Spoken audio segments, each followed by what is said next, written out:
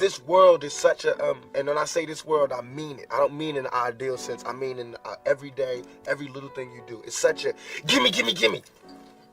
Everybody back off. You know, everybody's like, you taught that from school, everywhere. Big business. If you want to be successful, you want to be like Trump, gimme, gimme, gimme, push, push, push, push, step, step, step, crush, crush, crush. That's how it all is. And it's like, nobody ever stopped. Just, you know, I feel like, instead of us just being like, slavery's bad, slavery's down, bad whitey, bad whitey. I mean, all right, let's stop that. And everybody's smart enough to know that, I mean, we've been slighted. And we want ours. And I don't mean by like ours, 40 acres and a mule, because we're past that. But we need help. I mean, for us to be on our own 2 feet, us meaning youth or us meaning black people, whatever you want to take it for us to be on our own 2 feet, we do need help. Because we have been here, we have been a good friend. If you want to make it a relationship type thing, we have been there, and now we deserve our payback. It's like you got a friend that you don't never look out for. You know, you dressed up in jewels. Now America's got jewels, and they paid and everything, and they lending money to everybody except us.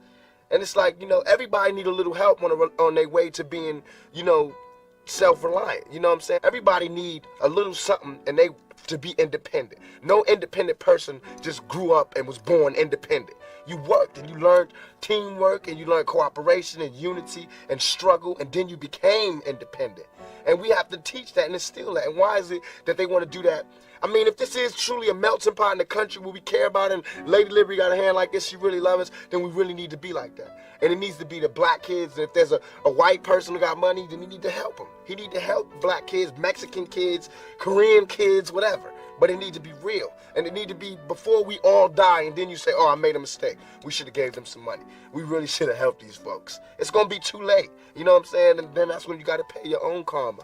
And that's when God make you punish. When God punishes you. Because I feel like, you know, it's too much money here. I mean, nobody should be hitting lotto for 36 million and we got people starving in the streets. That is not idealistic. That's just real. Hey, one goal, one thing, one rule, man, that shit don't change. It's certain. Real niggas do real fucking things. Real niggas do. Hey, there's only one goal, one thing, one rule, man, that shit don't change. And it's certain. Real niggas do real fucking things. Real niggas do real fucking things. What the fuck, bro? Where did I go? What's that song? They said there's a beat from another song, but I forgot. Special delivery. Yeah, yeah. It's that G-Dub. Yeah, Needle Kill No More. That's that Wayne. That's that Wayne. That's that Wayne. What you mean? What was I saying? Oh yeah, what something else? Who that was? Oh yeah. No, it's not that no more. It ain't that What's that nigga? What's his name?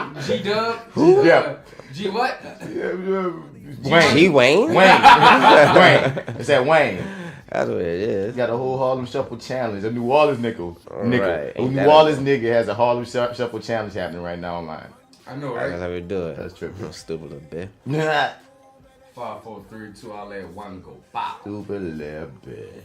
6. Stupid little bit. Wayne has done it again. Except he said it's taking a beat that's of today's time. Nigga, someone go back and erase you from history. Oh. Nigga, let me go back and erase you from history. let me make it into history that this is mine. He should do that because these little fucking kids doing it to our shit now. That knuck if you buck, nigga. Yeah. What is it now? Some goofy ass fucking shit. Do the legitimus some shit? Oh yeah, Juju on that. Juju on that fucking They beat. did that to us. Nah, we're not doing it to them though. We're doing it to even older people, so that's kind of fucked up. But still, son. Fuck that. All these fucking new singers is over there trying to remake these songs that came out in like the late 90s. That's why I want Wayne to come through on all these new little niggas beats. It just rape. And just rape all these niggas. And Mike Jones, all these nigga beats, nigga. Yeah. All y'all new little niggas thinking y'all popping. I want Wayne. Just eat them up, Wayne. Show them what to do with they beat. Man, Wayne gonna take over the whole niggas' albums. Cause nigga got so many cold beats and so many shitty lyrics. Wayne can give me a whole album. You're like, man, just give me a whole album, bro. I'm gonna just show you how to do this album right. Y'all are giving Wayne a lot of beats to rap over. So many shitty lyrics. So many shitty lyrics. I can't tell you how many producers I run across. They'll be like, yeah, but you hear that beat? I had a set to this nigga though.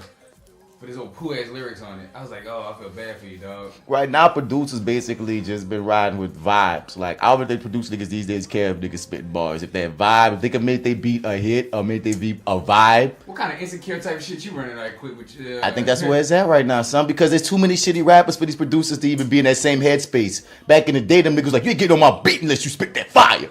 That is not what's happening now. Nah, here's the catch-22 of it all.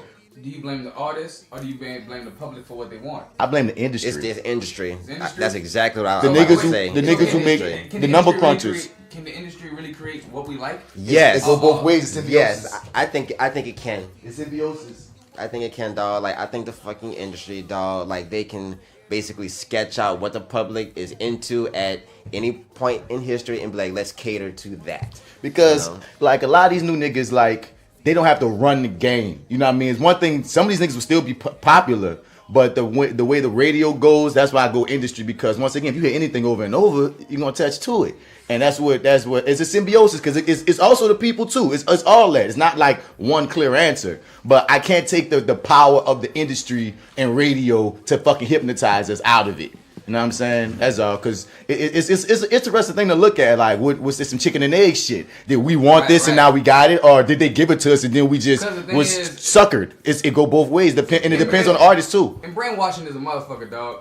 When through media. Conditioning, we always talk about You know what I'm saying? The media always can sway you to a certain way to how they want to go with whatever story or whatever. And music itself is powerful. It's very powerful with people, especially black community. Put it like this: music is the soul of black community. You know the difference between the motherfucker that sparked whatever that should be in that position, like Future.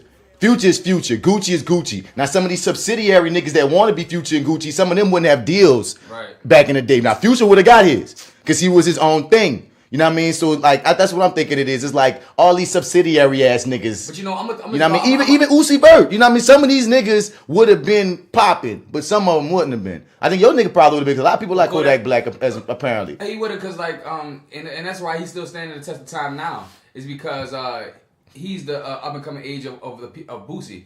Like, he's a real rapper. Like, not like he's a real lyricist, but like substance. You don't have to have bars to have substance. Yeah, oh, not my bad. You don't have to have metaphors to have bars or substance. You know what I mean? Yeah, none of that's mutually exclusive. And one, he uses every now and then, but he still paints that picture so vivid and so close. And for a lot of people, especially out the streets, the things he say and how he even lives speaks very direct to them. So his fan base is so strong. Niggas like Lil Pump got a bunch of tattoos and look thuggerish, but like, man, you take it down from Lil Pump. They got the other nigga, what's his name? That they always show his little meme of how he before and after, how he was like a handsome dude. Lil Skeet on Me? His name is not Lil Skeet on Me, nah. What? Nah. It was fucked up. Did I miss something? You can almost take that seriously and believe it, nigga. That's what the game at. Yeah, that shit went way over my fucking head. You put a Lil Lil on that Skeet shit? on me. I'll smack the piss out you, boy. Lil Skeet on Me could be a Skeet real on Me. thing. Lil Skeet on Me, let's get it. The fuck? What the fuck I look like buying tickets? Like, I need 3 tickets to the Skeet on Me concert. Sir, what kind of event is this? Skeet on Me, God. The fuck?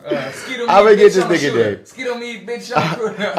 Well, anyway, like, and it was funny enough that we started an episode like this, because there's a lot of hip hop news happening on this episode, y'all. So, you know, brace your hip hop, Gird your loins. Right, get it together, because like a lot of rappers, this shit gonna be on side A. So, welcome to the Fly with Bats podcast, Hello. episode 65. Yep. 65 side A. This that actor guy, Martin Bats Bradford. You can find me on all your social media platforms at Mr. Bats. Spell that, Mr. Outer. You ain't gonna find me, and as usual, I'm here with my brothers. What's up, bitches? This your boy.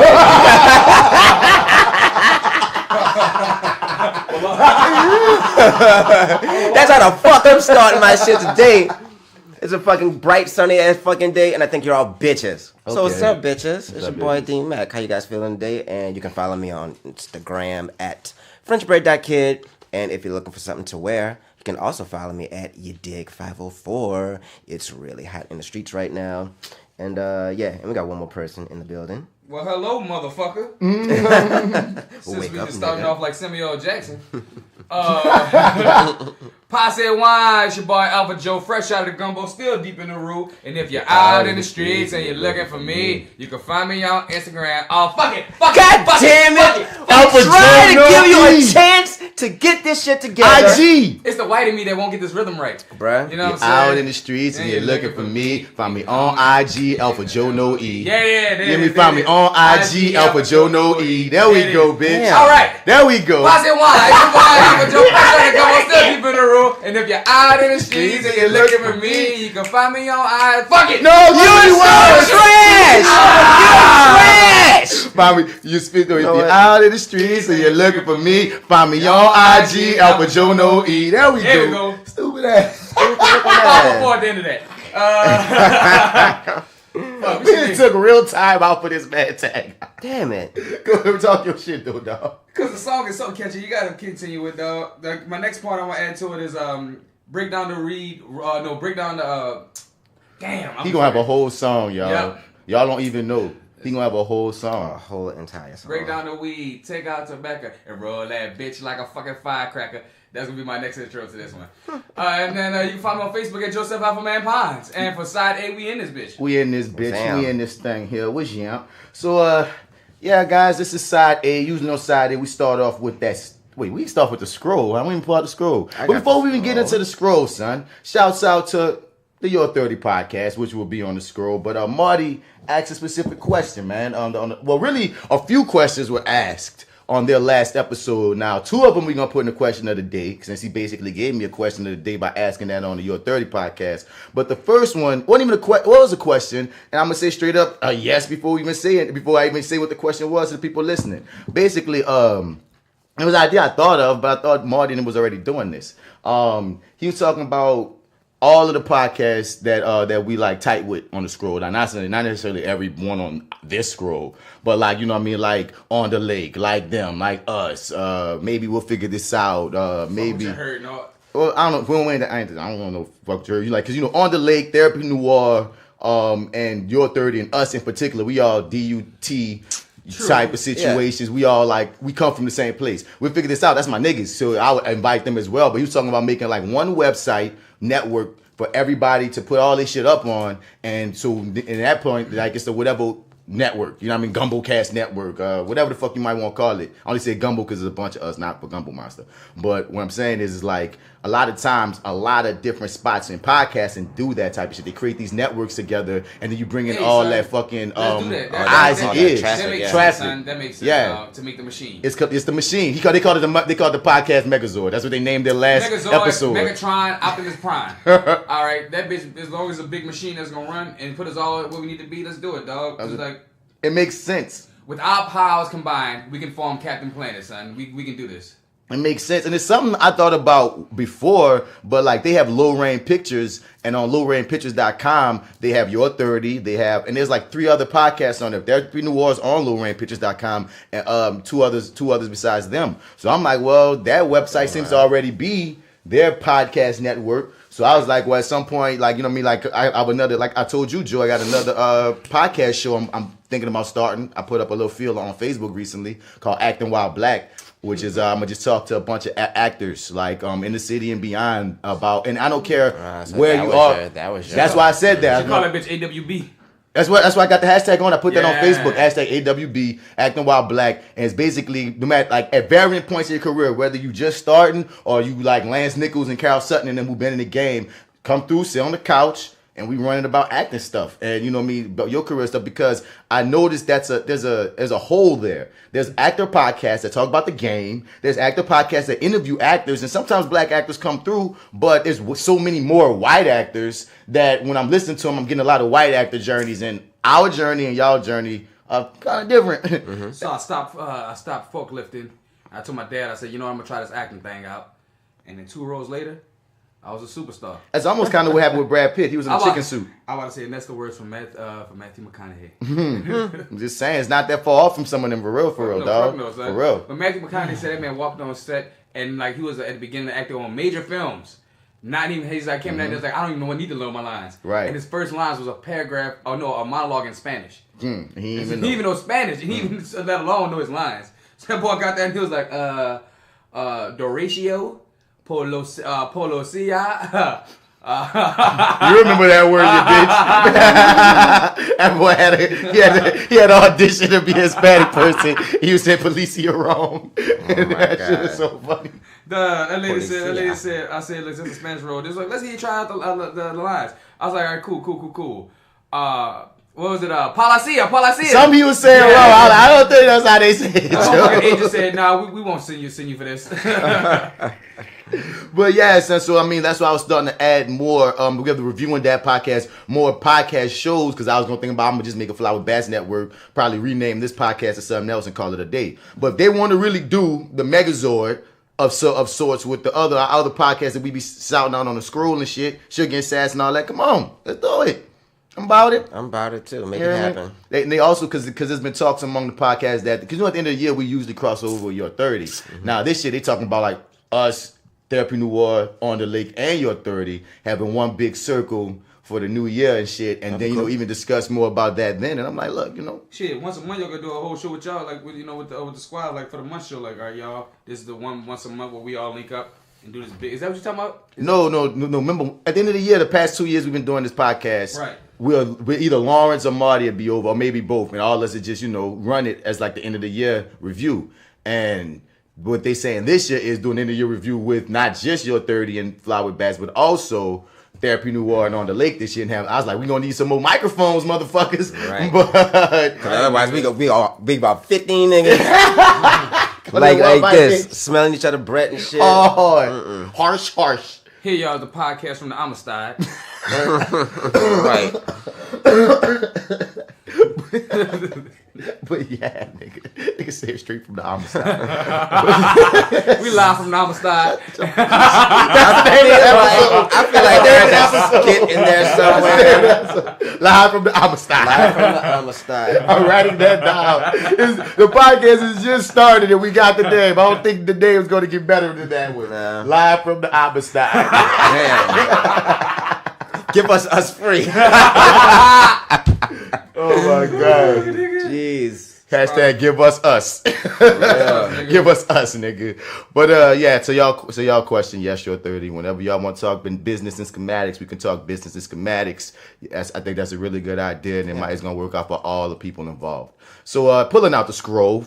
Like we already said, we shout out Your 30 podcast with Marty Edwards, the favorite host, and the Arrogant Observer, that other guy. I can't do that to the Arrogant Observer because he was just over here for our side B of our last podcast. So he let it be known, he could call himself the favorite host. I'm the original.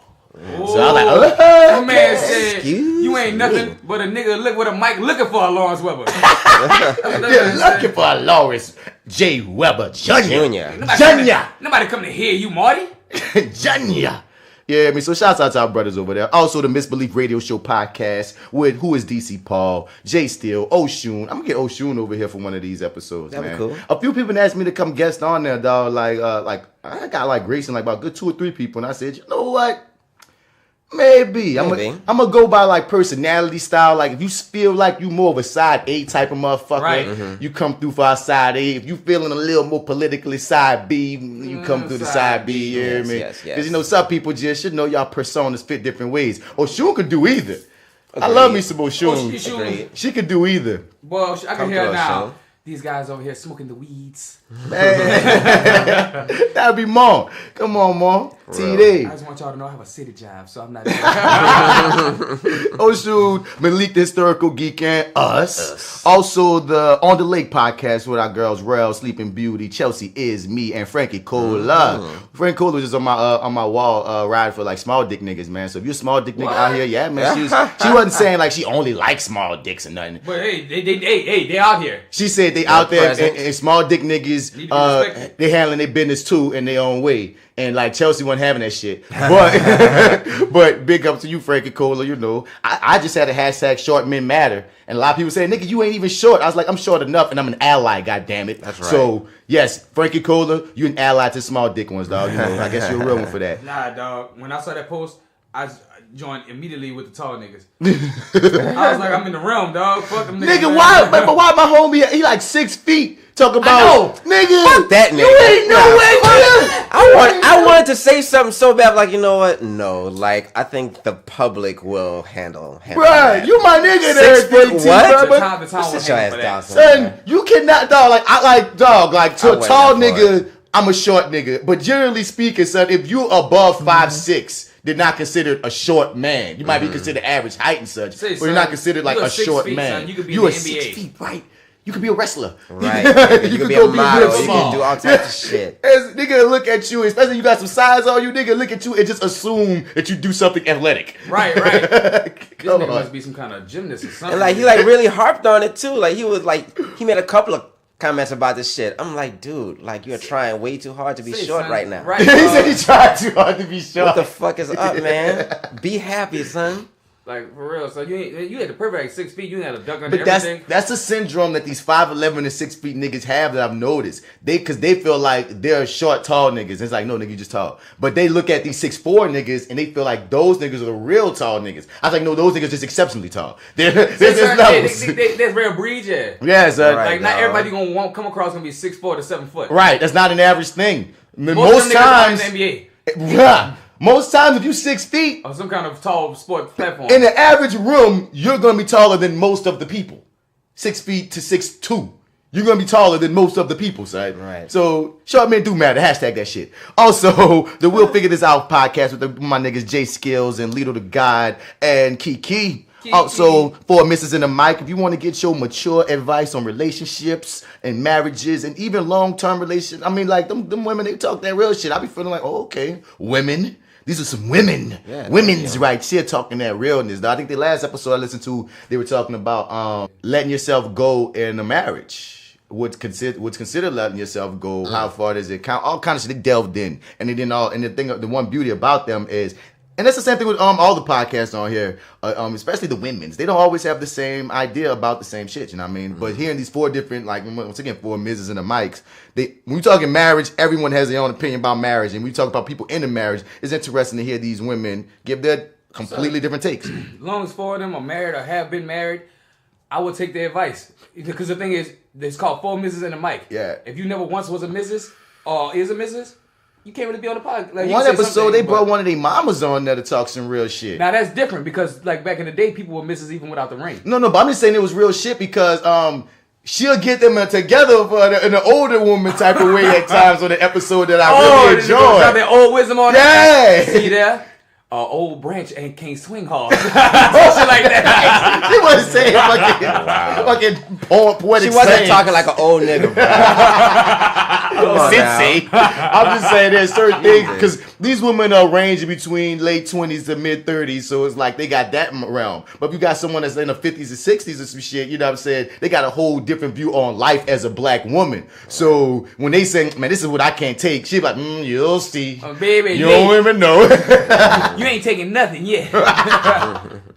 Just keep on living. Keep on living. That's the old phrase right there. Just keep on living. Feel me? So yeah, also the Therapy Noir podcast with Roxy and now Michelle. Roxy's cut all her hair off. I was like, okay, Yeah, I see girl, that. get it, girl. Ain't Get nothing it, wrong girl. with that. You hear All me? right. Chop it.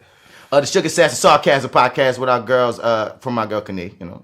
I forgot, I got to find out her sister's name so I can shout them out. Because her and her sister's doing a podcast talking shit. They just dropped Okay. one. I listened to it. And I remember she shouted us out. And the sisters, oh, they got confused by the name because then Kane had to apologize. I'm like, you ain't got to apologize, girl. You good.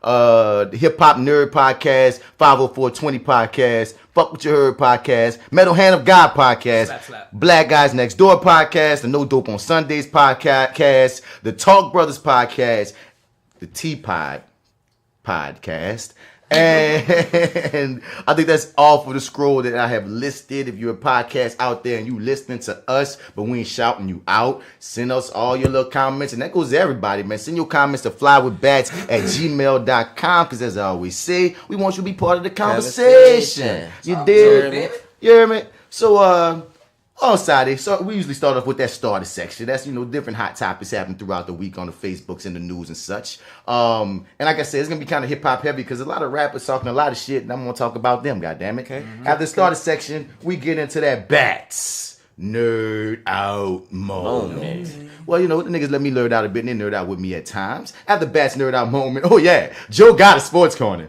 I got a few. Boy. But Oh, Wait. I I said I'm gonna leave that Nigga, one. I seen a picture of Rondo. Spoilers. I'm like, Spoilers. ooh. But we got a Don't joke. worry, we got the tea. We got the tea. Ooh. All right. I gotta hear your The tea is opinion on hot this. in the sports world today. You dig? And after Joe Sports Corner, we're going to get to the question of the day, which is brought to us by the Your 30 Podcast and Dillon University Theater, apparently. And we're going to talk about that there. Yeah. You dig? And then after that, we're going to tell y'all to turn over to side B. And we're going to get to our side B shits on side B. One thing I do want to say about side B is I'm thinking about changing up, adding a segment and changing up a segment. It got, we got a Daily Dose of Murica, right? Mm-hmm. Which is what? Oh, that's your friendly reminder of just where you live and who the fuck you be dealing with. Out here. So I'm thinking about changing the Daily Dose of Murica to the Daily Dose of Nola, right? Okay. Because we already talked about a lot of Murica shit in the ETOUFEE anyway. True. But nigga, people listening might not know what we dealing with and what we going through out here. Word. You heard me? What really out here really mean? You heard me? Because they got some crazy shit that happened just in our city, so we can make that the Daily Dose of Nola. But then what I was using Daily Dose of America for was to just tell these crazy stories I find. So then we're going to change, we're going to add a segment called No, Huh? And that's gonna be where like crazy ass stories. Like one is this nigga that worked at Verizon sent his naked pictures to like all these customers and shit. Like anything that's like nutty but duddy is like that. No, huh? No, for real. I ain't No, gonna lie, huh? son. What really came to my heart when you said it was, bitch, I know you lying. Bitch, I know you lying. Yeah, bro. You can say that afterwards if I say no, huh? Bitch, I know you lying. Yeah, so that's gonna be that segment for crazy shit. And then it's gonna go out the normal hero highlight, etc., etc. So I think that's what side B gonna be going from, here on out. From here on out. But we on side A right now, son. So let's get into that start of that, man. Lying about how much you had made, rumors and shit that you handmade. Would you buy this if I sold that? Hey, what the hell is my soul at? The American need for American green is America's greed. That's the American dream. Black America too busy chasing white American dreams. But we sleep, so let's everybody eat and repeat. Where the fuck the cheese? Where the mozzarella at? Tell me where it be. All right, so with Drake and Pusha T, they thing then come back. All right. It's come all the way back. 4-5 months I have later. held my comments on Facebook because niggas had said some hurtful things against Drake, and I was like, chill out. But Pusha said some real in the Joe Budden interview. I mean, I haven't gotten all of the info yet. I've only seen little bitty clips of T talking about the shit. Let's go to Drake's on the Joe Budden podcast. Oh yeah, like it's But, I've got the clips. But Joe, talk your shit while we get All through right, this. while we get through this, dog. Oh, you want me to play the Drake video first? I seen them both. No, I mean for But the like, people. let's play it for the people. And we can talk about this. Let's refresh all of us. All right, so you can set the stage. LeBron got this show. This not documentary, Nah, more like a talk series. It's really a cool talk series, kind of like what we're gonna probably be doing with the pot, just in a different way. But like, cause they just talking. Yep. And it's interesting. Like they just running this black In the man. barbershop. Have they had any women on that bitch yet? Yeah, there's one on this episode. Oh, on this But, one, right? not speaking. They only had two. No, I mean like as As one of the guests, yeah, there's Yeah. one on this episode. cool. I thought it was just some black men talking. I was like, okay, y'all niggas talk y'all nigga shit. I'm here to watch it. The barbershop. Knowing LeBron, everybody gonna be included after he done with this motherfucker. Most likely, son, because he's such a superhero, son. He gonna be an animal. on that bitch There's talking. wings in our hero highlight section. One for LeBron, one for Chance the Rapper, and one for the Carters. Like, Yep. those three entities do so much that I feel like they pop up so often on side B in our hero highlight because they're just fucking superheroes, amazing people. So, so on this show, you have Drake, and Drake segued into explaining his side of the Pusha T situation. Well, really the Kanye situation. It was more about Kanye in this More whole than interview anything. than anything else, dog. Yeah. Pusha T was a small note. Afterthought to a degree. I would never fail at anything. Top. And as I love that thing he said, LeBron said, that ain't got nothing to do with Drake when he said, I'll never fail at anything. He called all of his quote-unquote failures accomplishments. He feels like, because from the greater the failure, the bigger the thing to learn. Mm-hmm. So he looks at it as an accomplishment that he was able to learn that shit. And I was like, damn, LeBron. That's tight. That's Instead of tight. looking at it as a failure, it's just a stepping stone. It's accomplishment. I mean, it's all about perspective. Yeah. We talk Yeah. about that all the time. It's not about what happens. It's just how you react to it and how you use it and how you look at the shit. Right. What's that Thomas Edison quote? My nigga bringing out Thomas I don't know. Edison. That's some old white man. Let's go. But he said something about like, I didn't get it wrong a thousand times. Or was that Benjamin Franklin? But I know what you're talking about. But I want to be exact on that quote, dog, because that quote's a very good quote. but it's basically saying like, you know, bitch, I wasn't wrong. It's I found different, but a whole bunch of other ways not to do it. Not to do it, right? It's not about those weren't losses. Those were me basically figuring out like. Oh, there was different routes. This ain't the right route. I didn't get to the destination from this route, but I just found out another way not to do it, and to probably do some other shit. See, niggas, we be paraphrasing, but y'all know what we saying. I know the level of intelligence and weed lies. Oh yeah, and if you didn't know, these are the Potty Mouth Pothead podcasters. Super Hashtag potty that mouth shit. at that. You dig? So it is what it is. This is not suitable for work. If you listen to us, you better have some headphones or be around people who enjoy. Talking about work. Shout out Dean Charles. I know you listening. Big ups. Big ups to a lot of people listening. Like, once again, our numbers bumped again. Thank y'all for whoever the fuck y'all telling to come peep us. You dig? And, you know, we got more that's coming. But anyway, while Joe look up the exact quote, see what Drake talking about. Have the fairy tale like, oh, Drake started a family with Rihanna, and like this is like so perfect. Or like, you know, Drake, yeah, it's like it looks so good on paper. Pause for a second. What happened? I also give Drake a lot of support because LeBron is his friend. So, and I support whatever LeBron did. So I don't see if LeBron supporting nobody that's fake. But no, I'm gonna say this though, dog. Even when we get to the Pusha T stuff, son, Pusha T only said that Drake had the facts wrong. He didn't necessarily say Drake was fake. He said that Drake and Kanye be fake with each other. You hear me? He said he be laying back and peeping them two. Like he said they friendship is fake with each other. They pull shit on each other. And like he broke down some of the things Drake said as like they even showed that, nah, nigga, why'd you even go over there if you thought this? You know what I mean? It's like, so Pusha T never was like, fuck that bitch ass nigga Drake. He like, no, don't blame Kanye for this. Let me show you who to blame. But we'll get into it. I mean, and I didn't get into it. By the way, I wanted that too. When I had a kid, that was one of the things I was worried about telling my mom. Was that a hard thing to tell your parents? Were you like a I little? don't care about this part. A woman who, you know, we've had our moments, right? I Not this mean, part. be a great father. I have a son, but no. Oh, you bitch, you You giving like us. any Why the ads, theater? YouTube? You sold out years ago. I am still trying to figure out what the fuck is going on. Excited to again, you know, all the things that I've learned from and through my father and the incredible. You know, one thing my dad would never speak. Kanye tweeted he was in the studio. There we go. Nigga, don't worry about it. I got it. It's me and you. But it's me and you. But let me ask you, Drake. Figure this out. Bron, he said his biggest challenge was 2011 with the finals. What's been your biggest challenge? Obviously, this summer, Kanye tweeted he was in the studio with you. He's cool with Pusha. Like, what was you? Was that a? Did you take that as a big challenge? It was. Yeah, challenge is a good word for it, I guess. I mean, I ended up linking with Ye, and he, you know, sold me on this whole speech of like, you know, I'm in a great place. I'm making money, and I'm a father, and I want to, you know, be Quincy Jones and help you. But in order to do that, you got to be transparent with me, and you got to play me your music, and you got to tell me when you're dropping. And I know you don't like to do things like that. And so, you know, I was in the studio. I guess, you know, we all kind of felt a genuine vibe from it. So I played him my music, and I told him when I was dropping. How much of Scorpion did you have done by then? Maybe like 60% or something. Got it. And then from there it was all good, you know. He played me like this. He played you a beat, right? He played me Lift Yourself, and he was like, yo, you can have this if you want. And I was hype. I started writing to it, and then he was like, yo, you gotta come to Wyoming. So Wyoming happened, and 40 went to Wyoming early. And he was like, man, I'm here a day early, man. Something's off. He just felt it. 40 said that. Yeah, he's like, this guy's working on an album, man. And I was like, for real? Because he hadn't announced it yet. He just told me he wanted to work on, like, he just told me he wanted to give me beats, and he said he wasn't dropping till like October, November, or something like that. And I'm like, it's all good. Let's just go and let's see what it's about. So I went and, you know, ended up pretty much spending the majority of my time working on his music, like just trying to like cook up ideas for him, you know. Writing raps for him, in other words, yeah. Yeah, I mean, you know, whatever. Just trying to lend a helping hand, you know, cook up. Listen, I don't knock anybody.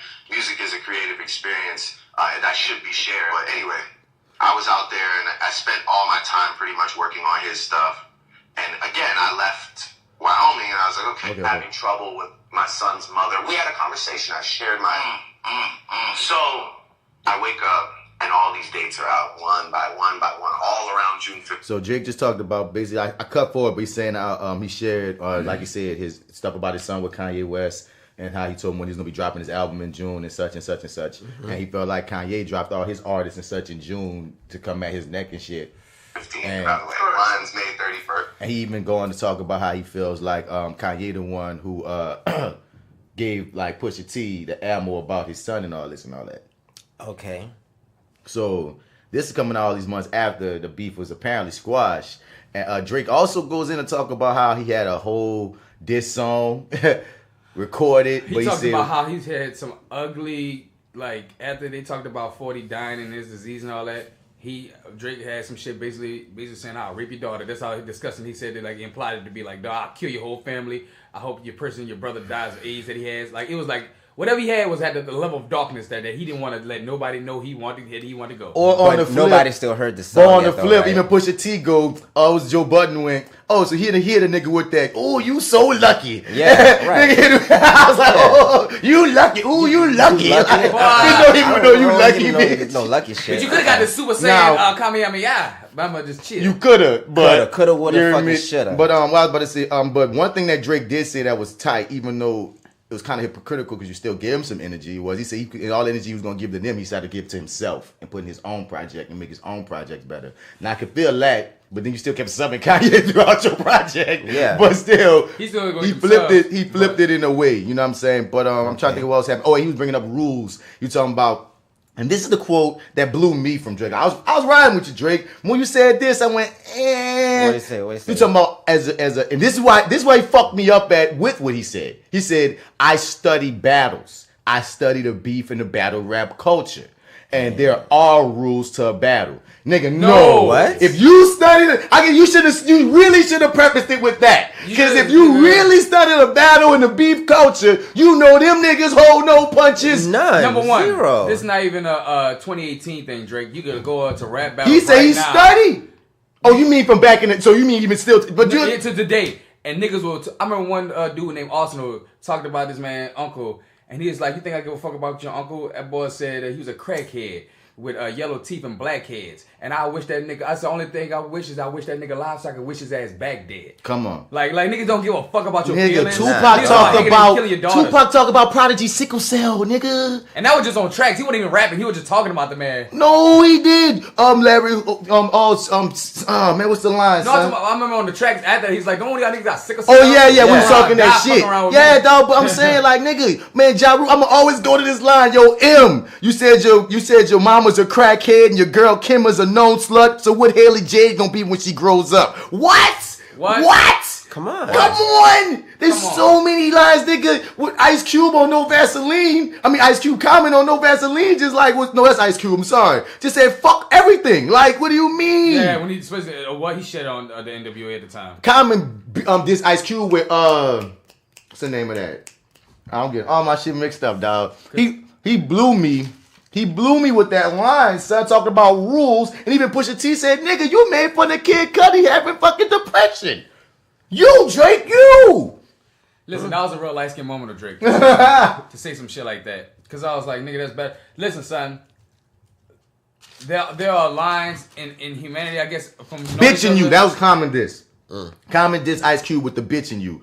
All right, yeah, and Ice Cube diss NWA with No Vaseline. But what you saying, my nigga? I was saying that, I understand the sense of where you coming from, Drake. Like, man, there's lines that niggas gonna cross unless there's actions. But in battle rap, dog, just expect those lines to be crossed and expect to deal with them actions. Right. It's not like, don't be surprised by, like, that nigga crossed that line. Like, no, nigga, you know niggas was about to cross lines. Come on. And knowing who Pusha T is out of all people. When you he said definitely gonna that cross the nigga line. wife name, you already knew you was about to start a line. Son, you said that man's wife.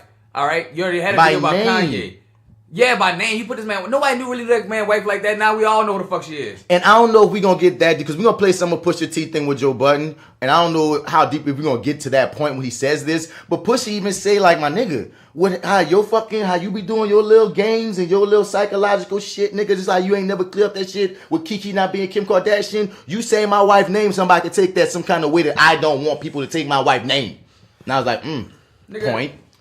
Sorry. Point. It So coming out of your mouth, Drake. Right. Nigga, that's a different type of thing. I don't know what, like, right. You could have fucked my wife, whatever. I don't want no kind of People rumors. can take that like that just because Like, that's what I'm saying. it's Drake. I don't want them rumors to be spouted. And number one, out of the very bottom rule, dog. Keep my wife's name out this, dog. I didn't say you no. Cause son, if you want to put my wife's name in it, Well, 40 ass gotta die, and your kid gotta be exposed. Pusha say I go to end you. I don't go to play tap Right, dance. Right, no, I feel that.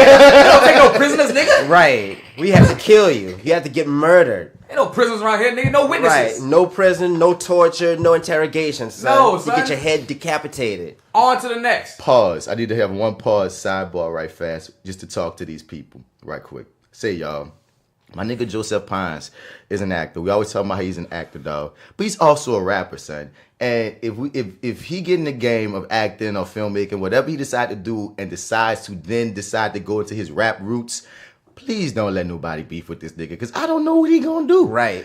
We are not responsible for the actions Of Joseph Pines if he ever gets into the hip hop game, son. Because y'all should see how red his face turns when we talk about this beef and battle shit. It's like he just would be ready for one of these niggas to say one wrong thing and then kamikaze.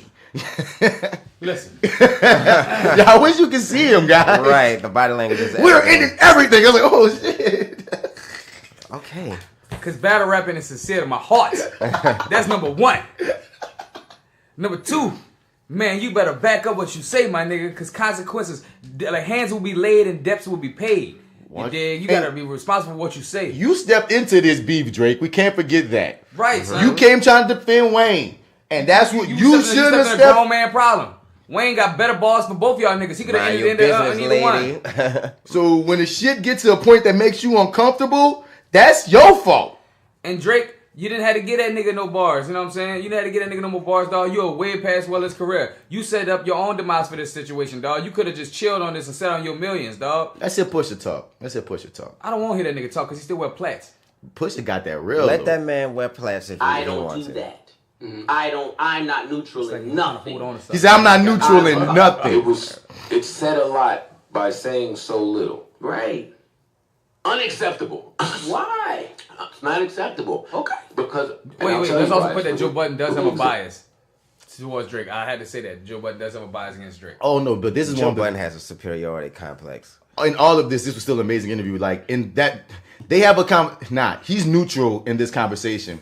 And anything that he want to say, that's one thing I'm gonna give Joe because he had Chance on recently too, and I'm liking this little series. I hope he brings somebody else on. He be neutral, but even when he about to be biased, he say, and I will be in all of my bias when I say this. Like he take all of his licks. All right, that's cool. It's never no bullshit with Joe, and that's what Pusha told him. He said, Pusha said that's why I became on here with you, because I noticed no matter what, you're going to keep it 100 regardless. And that's one thing I will say Joe Budden do on this podcast. I can grant him that. That's why it got so big. He got a Spotify exclusive podcast deal. They paying this nigga millions to podcast right now because his podcast was popping because people give that much of a fuck about his that opinion. Video, dog, he be acting crazy on that video too. So that boy be snapping when you see that boy. What I don't understand is how come Drake and that nigga be going. People vain. trust these three niggas right now to keep it real. Like they're like, you know what I mean, tastemakers in the hip hop world Who right now. the other two niggas? I can't really see him. It's Rory and Mal, and one of them actually worked for OVO. That's the thing. Oh, funny enough, Joe Budden told Push at the top of the interview, he said, "I want you to know, both of these cats, including me, are some Drake fans in here." But especially those motherfuckers. My son over here saying, "Look, I'm a Pusha fan too." He said, "I just wanted to be clear." You're in Drakeville right now, sir. But Pusha was like, "I listen to your shit. I watch your show all the time. I know what it is. That's why I came, because I fuck with y'all. Like y'all don't let nothing go through. Like, you know what I'm saying." So it was a very I implore, because we ain't gonna play this whole motherfucker. But I implore everybody, if you have Spotify or if you have YouTube, you would just watch that bitch. Find Joe Budden and Pusha T talking about this shit, or just peep out Joe Budden podcast in general, dog, because I've never listened to a bad episode, especially if you're a hip hop nigga. Exact reason that you're saying, Push. If we weren't speaking about such a male-dominant, competitive sport right now, let's sub us all out and put us in a nail shop and make us all women. No, I'm cool. All right. See where this one goes. It's going to where Tamal's question that he asked earlier. Every nigga would hear it and say, "Y'all messy. You're messy." Like, all of the intermingling of the relationships is messy. So No. They are with that. I'm not. I don't do that. Mm-hmm. I'm not neutral in nothing. I'm about one thing. I'm about good. I work at good. I'm about good. Period. That's it. I'm about good and I'm about my pride. That's what I'm about. Okay. Now, I feel you on that. you know, But pride coming before the fall. we got off. I mean, Yeah, you go know, back. okay. Yeah. So, you know, let's get to the just not being true in like I said, in Drake's mind, 1 + 1 probably equals 2. Totally not true, my nigga. Totally. Not what it is, not what happened, not where the information came from. But you do understand how it could be Perceive that way. perceived that way. Especially when there's a lack Yes, of and let me tell communication. you why. Not only because of his visit, his trip, but because tweeted apologies, because other members and affiliates doing Rolling Stone interviews. When that one narrative is already out there, people take it as the gospel. Drake is a big artist. When he feels or says something in a certain way, they'll take that. And then without silence, because be mindful, I haven't said a word since I dropped it. You didn't have to. No, listen, no. But like, he dropped it during my album release. My press run. We cut my press run. He cut my press run short. Because we felt like, yo, the album's cracked. And then I gotta come talk about this because the day after comes the joint. So we even cut the joint. We even cut the talk short because couldn't nobody get past that. And you know what I'm saying? You're not telling me that you and your team did not plan for that. Bro. Y'all thought y'all was just gonna put y'all shit out and that was gonna be the end? Bro, I know, listen, well, come on. Never that. Oh, okay. Okay. Never that. Come on, tell him, Joe. But I am Joe be saying running that, Come on, be real. you know, it coming so fast. I don't think it's the part of the interview I'm going to start at, though. During my press run, it's like, oh, man. I might see if he about to get to it, though. Okay, we at it. Period, point blank. Did y'all see that little hand gesture he just did? This nigga dumb. I'm sorry. Come He on. did that shit. We grip. Who came from 40. You know, with that being said, again, and back to the show and just addressing those things. Please.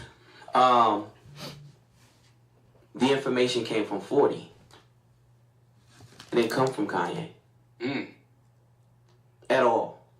Okay. 40 is sleeping with a woman who begins to, you know, he talks to her daily, 5-6 hours a day. Oh, she must have a great personality. Yeah, bruh. Come on. Listen, talks to a woman 5-6 hours a day, provides opportunity for. Provides opportunity. He's a great guy. And you know, ultimately speaks about how he's disgruntled about certain things, notoriety and things involving Drake and his career, so on and so forth. To this young lady. Yes. With that also came the fact that Drake has a child. With that also came the trip that everybody took to go see the child and bring them gifts and all it. So we're going to cut into this for a second. So basically, so Drake was talking all this shit about feeling like Kanye, if he felt betrayed by Kanye, and he was sticking up for 40. And PushaT saying, man, nah, nigga, it's 40 running his mouth to his little chick. That made me know this information. Pillow talking. They said the exact thing later in this interview. Pillow talking got all this shit caught up. You know what I'm saying? So you need to holler at your mans. Pillow talking can get you slipping, dog. And Joe was trying to figure out who the woman is. If you could just hint to me. And Pusha was like, nigga, they gonna know exactly who I'm talking about. Especially 40. He said 40, as soon as I say this, when they watch this back, he knows exactly the woman I'm talking about. And they had the fucking and they were talking about Drake mad about rules. Drake really put $100,000 out there to find out any dirt on Pusha. $100K. So he's gonna pay $100K. And even got freaking a chick on recording that he plays on the podcast trying to get this information for that camp. You talking about rules? I 100% believe that Drake will pay $100K to find some dirt on But you nigga. can't talk about rules. Right, dog. You trying for any dirt. And we'll still talking about preferable something dealing with him and like if he been cheating or like some specific shit that would have garnered even more money. This nigga think he about to blackmail this man like with some like I got files of you sleeping with this other woman. Now you keep son. rapping, I'll show this to your wife. Drake was just in his feelings, son, and he wanted to get it in. But I'm saying you can't see for the public and try to make yourself the victim when like you entered the battle and y'all both was gonna be doing shady fucked up shit. You just got. You just got fucking. You got outshaded. You got outshaded. You thought you was the shadiest after Meek. Right. Nah, dog. You went against a nigga who not only had bars, but really had nothing to lose. And Meek Mill is somewhat still your friend throughout all that. You know what I'm saying? That was a light beef. That wasn't like a real, because Meek Mill has said some harsh things about a lot of harsh people. And he pulled up on Safari and had his niggas jump him. You could tell you and Meek had a relationship prior to this. But Pusha T did. He don't give a fuck about you. That man way older than you. You a little nigga to this nigga, son. Right, in life. You may be big on this money shit. Yeah. But in life, nigga, you got a lot to keep on living. But people, dog, nigga, people don't even know some of the secret money Pusha getting. Man, nigga, ba-da-ba-ba-ba. They made, him and his brother made that. They got money off that shit. I heard that. McDonald's shit? That jingle is theirs. What? You telling me that Pusha T and what's your boy name? Malice. No Malice. No Malice now, yeah. Made ba-da-ba-ba-ba. Yup. And it's two. How was they? Son, it's two jingles that they made. One that they don't get paid off. I forget which one it is. That because like they did a buyout. Nigga gave them like $500K. And they was, they was young and broke at the time, so they took that $500K, took a buyout. But they've been using, it might have been whatever, and they've been using that one for years. They could have got way more money over time. And it was another one that they did do right by. It's one we know. They even talk about it in this podcast. I forget what it is. Wow. Once again, go listen to this podcast. I'm not about to play this nigga whole shit. But right, exactly. I want to give you a little snippet. That's about it. But niggas be. My point is, niggas be making money that you don't know niggas is making. I can't believe a nigga just. I think a nigga hit that Sprite from McDonald's and I was like, ba-da-ba-ba-ba. Boy, that's it, Pusha. That's it. We got a hit. Son, we got a hit, nigga. You just don't never know who. What's this called? McDonald's? Son, I don't dog. That's trippy when I found that out. That's intense though, man. You made that jingle? You made that That's jingle. That's intense, because they are using that today. And you're not making no real money off it. Well, one of you are, so I don't know what one it is. I don't know. Hopefully it's that one. Hopefully it's the McDonald's It's another one that we know though. Really? Oh, no. That's what it, no. Ba they got fucked out of. They made up, we got the meats for Arby's. Wow. Nigga. We got the meats. That's all that we be knowing about Arby's. Nobody eats Arby's. But somebody eat it because they buying out everything else. They all buying out a lot of shit. But who the fuck is eating it? And they paying Pusha T now. But we got the meats. Him and Vin Rames are getting paid. Getting paid, bitch. Damn. Who knew? Who wrote these lines? So, of course, Drake got more money, but don't act like Pusha T broke out here. And he the president of good music. Right. That man. And he writes a lot of shit for niggas like Kanye. He's self-made. Self-made as fuck. You hear me? Drake, you are self-made, I guess. At this point in your life, you are. But to get in the game, you weren't. I think Pusha got in the game kind of self-made. Him and his brother came in there very strong. Yeah, and Jay Prince. That went on. Because it's like, I heard it in the tone of your voice. Jay Prince talking about Pusha T is an ant we could squash. Me talking more shit. All right, number one, Jay Prince. You too old to be in the media with this shit like this. Like, you know what I'm saying? Talking about what you could do and this and the third. Pusha brought that up. Pusha was like, nigga, you use our beef for your book tour, nigga. He said, I don't even know Jay Prince. Never had a conversation. And he said, my manager talked to him, and he said he was a polite guy. So Pusha says that in an interview. Yeah, he said he was nothing but polite with my manager. So that was back when it was a heated beef. So for you to come back around now to be like, he's an act, you just try to get more pub. Yeah. Yo, Rain back in the day when you used to do that gangster shit, and I ain't saying you won't do it today, but I'm just saying like, you wasn't that vocal in so much media like, oh, were you? Because I have some videos out there with you saying some shit. I mean, it depends on the situation with Jay Prince. You feel me? Niggas, but this shit, you don't have to even be involved. Right, dog. Go sit down somewhere, dog. And your son discovered Drake, not you. So it's like, no offense, don't come kill me. But I'm just saying, facts I'm just saying, Jay Prince, dog, you got way bigger shit going on. Like how to move this dope across the Atlantic. I Like, mean, well. they were even surprised that this even came back up. If the shit did it, why, Drake, why you on LeBron? Like, that boy Pusha said, I count all this shit as, I got too many W's on this nigga. He said, this nigga, I put out the picture of him in blackface, he wrote a dissertation. Win for me. You feel me? He didn't even respond. Win for me. He dropped this thing on LeBron, trying to explain himself 4 months later. Win for me. Him trying to ignore me, like I ain't the one who came with the blade, so you can focus it on Kanye over here. Win for me. You know, like I got so many wins, he just need not even talk about me anymore, son, because I'm not worried about it, because none of these rap niggas is real to me. He said, because they asked him, is this personal for you, Pusha? He's like, none of this ever been personal. Like, I've never been touched. I've never been fought. Like, all back in the day when Wu-Tang and them was having fights in the 90s when niggas was hard. Yeah, y'all went through that. I ain't never go through none of that shit. We see each other at airports. We see each other everywhere. And all that talk don't be happening. So he said to me, this is all Drake, man. Bro, he said, all this is sport to me. It's all sport to me, nigga. I don't take these niggas seriously. So I was like, well. Man, the same nigga that cut Drake grass cut my grass. Right next door. Wow. I see us play together. Son, Mike Epps and Kevin Hart kids play together. On the last episode of Breakfast Club, not the last, but on the episode that Mike Epps was on, that they brought that up. It was like, so wait, we heard that Kevin Hart kids and your kids are friends. He was like, yeah, man. He was like, before Kevin blew up, he was at my house and shit. And I'm like, y'all acting like y'all like y'all don't fucking know each other. Bro, like y'all don't be around right, each other. Right, like y'all, nigga don't be like, hey, Kevin, I'm picking up my little kid from your house. Right, nigga. All right, yo. Hopping on Instagram and Twitter talking shit like y'all ain't. Y'all crazy, dog. It's all for publicity, son. Y'all niggas crazy, bro. Boy, come in the house, Mike. Man, what the fuck? Get a drink before you pick up your little girl. What was that about, Mike? You gonna get on Twitter and tell me I was this, that, and the third? Well, nigga, you said this, that. We rich, Mike. Why we gotta do this? Go get my kid's juice box, dude. Mike act like they don't be having no words, but I'm like, bro, if your kids are actively friends, though, fuck out of here. Son, I'm pretty sure they go to the same school. Y'all gonna run across each other, dog. I'm pretty sure that Cat Williams sometimes helped Kevin Hart dress. Like, dog, like niggas be really out doing this media shit, but behind the scenes be chilling every day, relaxing and daxing. We the fools. I mean, a lot of shit, and that's one thing that they were saying in that same podcast about how a lot of shit that's for the media, and that's why I like Push was like, man, these niggas like they be playing with each other like on some bromance ass shit. Mm-hmm. You know what I mean? Them two niggas. He's like, I'm riding for the squad type shit, but I don't understand how these niggas is with each other.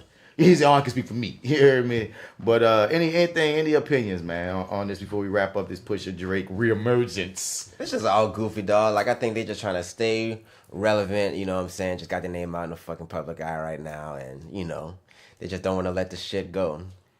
I'm like, for this, Pusha T, this is a win for you because you haven't said anything. You haven't. And we really could have let it go. But since it's dropped on HBO, which is a big ass network station thing, like it's blowing up big with that LeBron shit. And look at who it is. Right. LeBron and Drake. Right. Who else do you need? Martin Luther King? Right, come the fuck on. Hologram Prince? Barack Obama? Jesus. Fuck. But Drake, as far as you bringing up this in the third, I believe that a lot of things that you're saying were true, like you did tell Kanye. Not even that that's even where that's where what you got it from, but I think you did tell Kanye that you probably had some shit going with your son, and probably thought he would do it. Yeah, I feel like everybody telling the truth right now from their perspective. Because Kanye will tell his story, and then we'll find out more. Like, Drake told about Kanye fuck shit. Kanye most likely got some of Drake's fuck shit. They're both probably right. And Pusha T was like, okay, here's both of their fuck shits. But I'm just in this on some rap shit. Right. Fuck. But the thing about... And it's what Drake didn't know. Because Drake probably didn't know. That 40 probably didn't even know the bitch told him, because he said he sat on that for a minute. It wasn't like that just happened for the beef. He said he knew the chick, and this is after he been to the chick. And he found this out and was like, I ain't gonna say nothing about this. But then when the beef sparked, it was like, oh, niggas don't know I got info. Drake, I still fuck with you, dog, but Pusha T got receipts. This nigga had recordings and shit. Where are your receipts? You can't leave out of this Walmart station without the receipt, man. I need to see your receipt. What's in this basket? What's in the basket? Let's let Bun B say his last words. And Bun B spoke on this shit. It's true, fam. University, so we wanted you to school us on some topics that you might be an expert on. So cool. With your Jordan on. Let's start with the current state of hip hop, shall we? Everybody was talking about Drake and Pusha beef this summer. Pusha coming at Drake and cross the line, maybe. Drake said recently on The Shop on HBO to LeBron. The way that white people say Pusha T names. And Pusha. LeBron and Maverick, that there are rules to this. So Are there rules to this when it comes to hip hop beef? There's rules to rap battles, but there are no rules to rap beefs. Because rap beefs don't necessarily start in a rap scenario and don't necessarily end in a rap scenario. So it could go any way anybody could want it to go. If somebody says something about my beautiful wife, I'm not making a record. I'm looking for you. You know what I'm saying? I'm probably trying to put hands on you in some certain situations. And it just depends on when you jump out there if you're ready for the ramification, because everybody's not going to just rap back. Like, everybody's not going to rap fair. Some people are going to take the lowest shots they can take, and you got to be prepared for all of that. So if you're not ready for it, just keep your mouth shut, catch them at the Super Bowl or something, coming out the concession stands and walk up on them like that. Or, like me, I like to catch people grocery shopping. And I have issues with Produce section. Yeah. Tomatoes, Catch them by the cold cuts. Yeah. Hit with that prosciutto. But I mean, it's a part of the culture. There's always been artists that haven't gotten along and felt they needed to express it different ways. I remember the old school Ice-T and Kool Mo D battles, and Ice-T and LL Cool J, and Ice-T had a lot of beats now, I think. My nigga said, nigga, I like how where he put that shit. The king is spoken, nigga. The underground king is motherfucking spoken. Drake, sit the fuck back and take your lick. Stop talking about this Catch shit. that nigga at the Super Bowl. God damn, nigga. Do something real. You rich. Moving on, man. Remy Ma basically said, Remy Ma just been talking the worstest shit like lately, son. Because we gotta understand that just because she can rap real hard don't mean that she intelligent. You know what I'm saying? Say that shit again, bitch. Say that shit fucking again. I'm just saying, dog. Just because she rap real hard, that don't mean she intelligent. Nigga, you had all this good faith with you when you whooped Nicki ass. You had all this good faith with you. What she said recently? She got somebody together on with Joe Budden recently. I was like, The Eminem thing, calling Joe Budden like, are you scared to respond? Yeah, she came at Joey about that. Like, you was like, okay, Remy. And then you came at assault victims. And then people was like, God damn, Remy, like, you a woman. Like, you have it, like, no kind of fucking... I'm also from the Bronx. You know what I mean? And then now you saying, when it comes to nigga, anybody can say nigga. She don't care because everybody can say it. And it's prejudice to say somebody can't say it. What? It's prejudice? Because nigga said, so you don't believe in us having something for us? Like, and she like, that's prejudice. Wow. What? See, the thing about Remy is that she hasn't opened up her third chakra yet. So when she go speak to someone that's really gonna get her mind right, dog, I'm telling you, she gonna come back. Papoose haven't sit on that journey yet. But why she gonna come back? Because I'm pretty sure Papoose was like, what are you talking about, son? I hope. But if Papoose on that shit too? No. Then I don't know where they getting this Kool-Aid from. No, we've been doing this for 2 years, dog, and I can guarantee you, dog, we've spoken about this exact topic many times. About white people saying the N-word. No. Just no. It's just a no. Every time it's gonna be a no. It's never gonna not be a no. You hear me? Some words is just like that. You gotta handle that shit. You hear me? Like Remy Ma, I can't roll up on you and say, hey, bitch, come here. Wait, I mean, you let your girlfriend say that shit?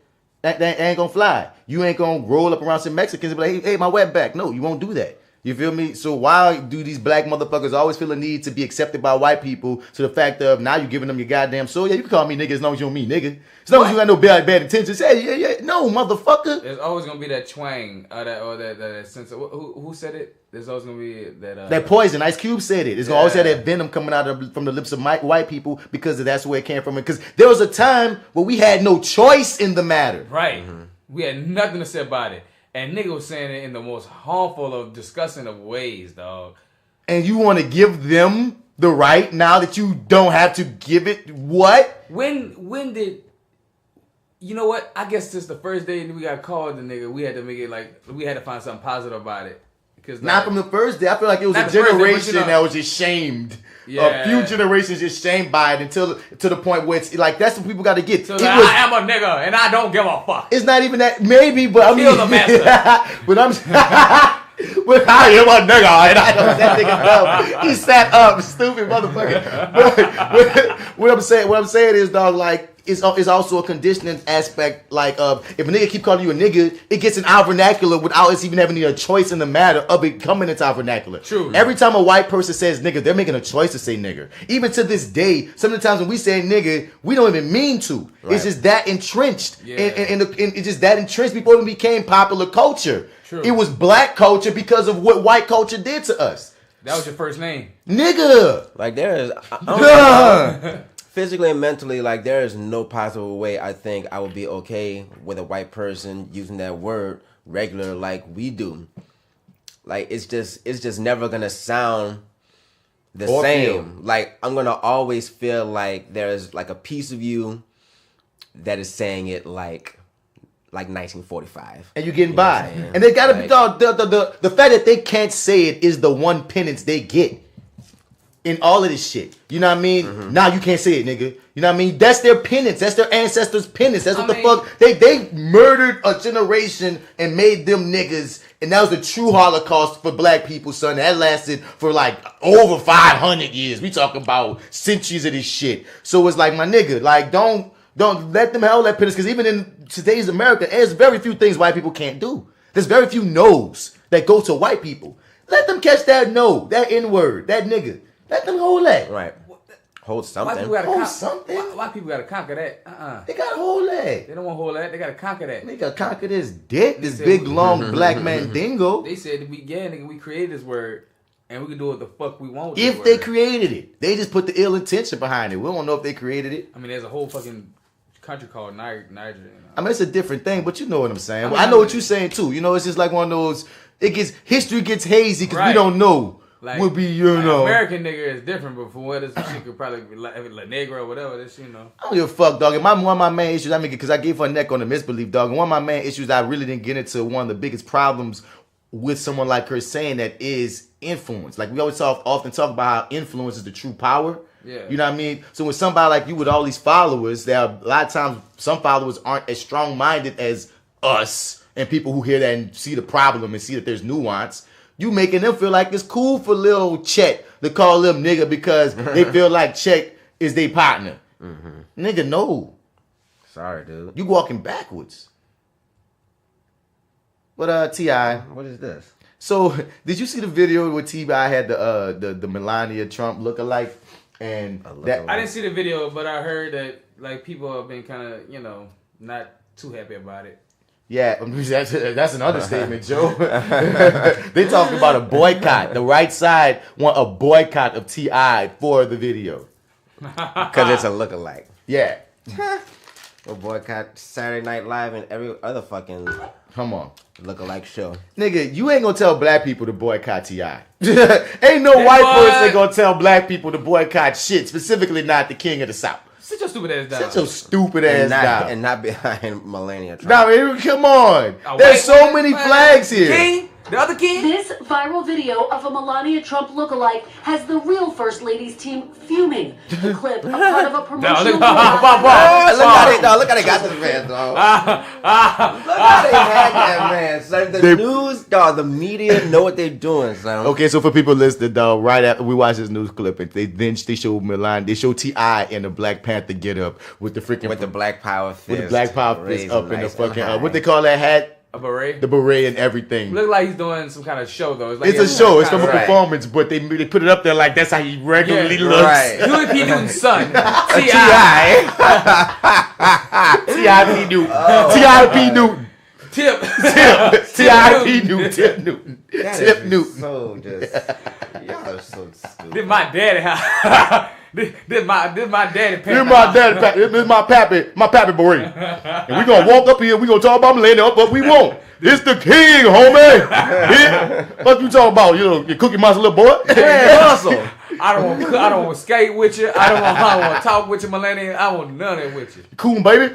Mrs. Trump in the Oval Office stripping off a replica of that infamous green jacket. Her spokesperson calling for a boycott of the rapper. It's disrespectful and disgusting to portray her this way simply because of politics. So we're going to forget all those Monkey Michelle fucking signs. Wow. We're going to forget all those posters at the rallies of Monkey Gorilla Michelle. Yeah. And y'all going to hold one T.I. to some standard. And I will say this. I will say this about it, dog.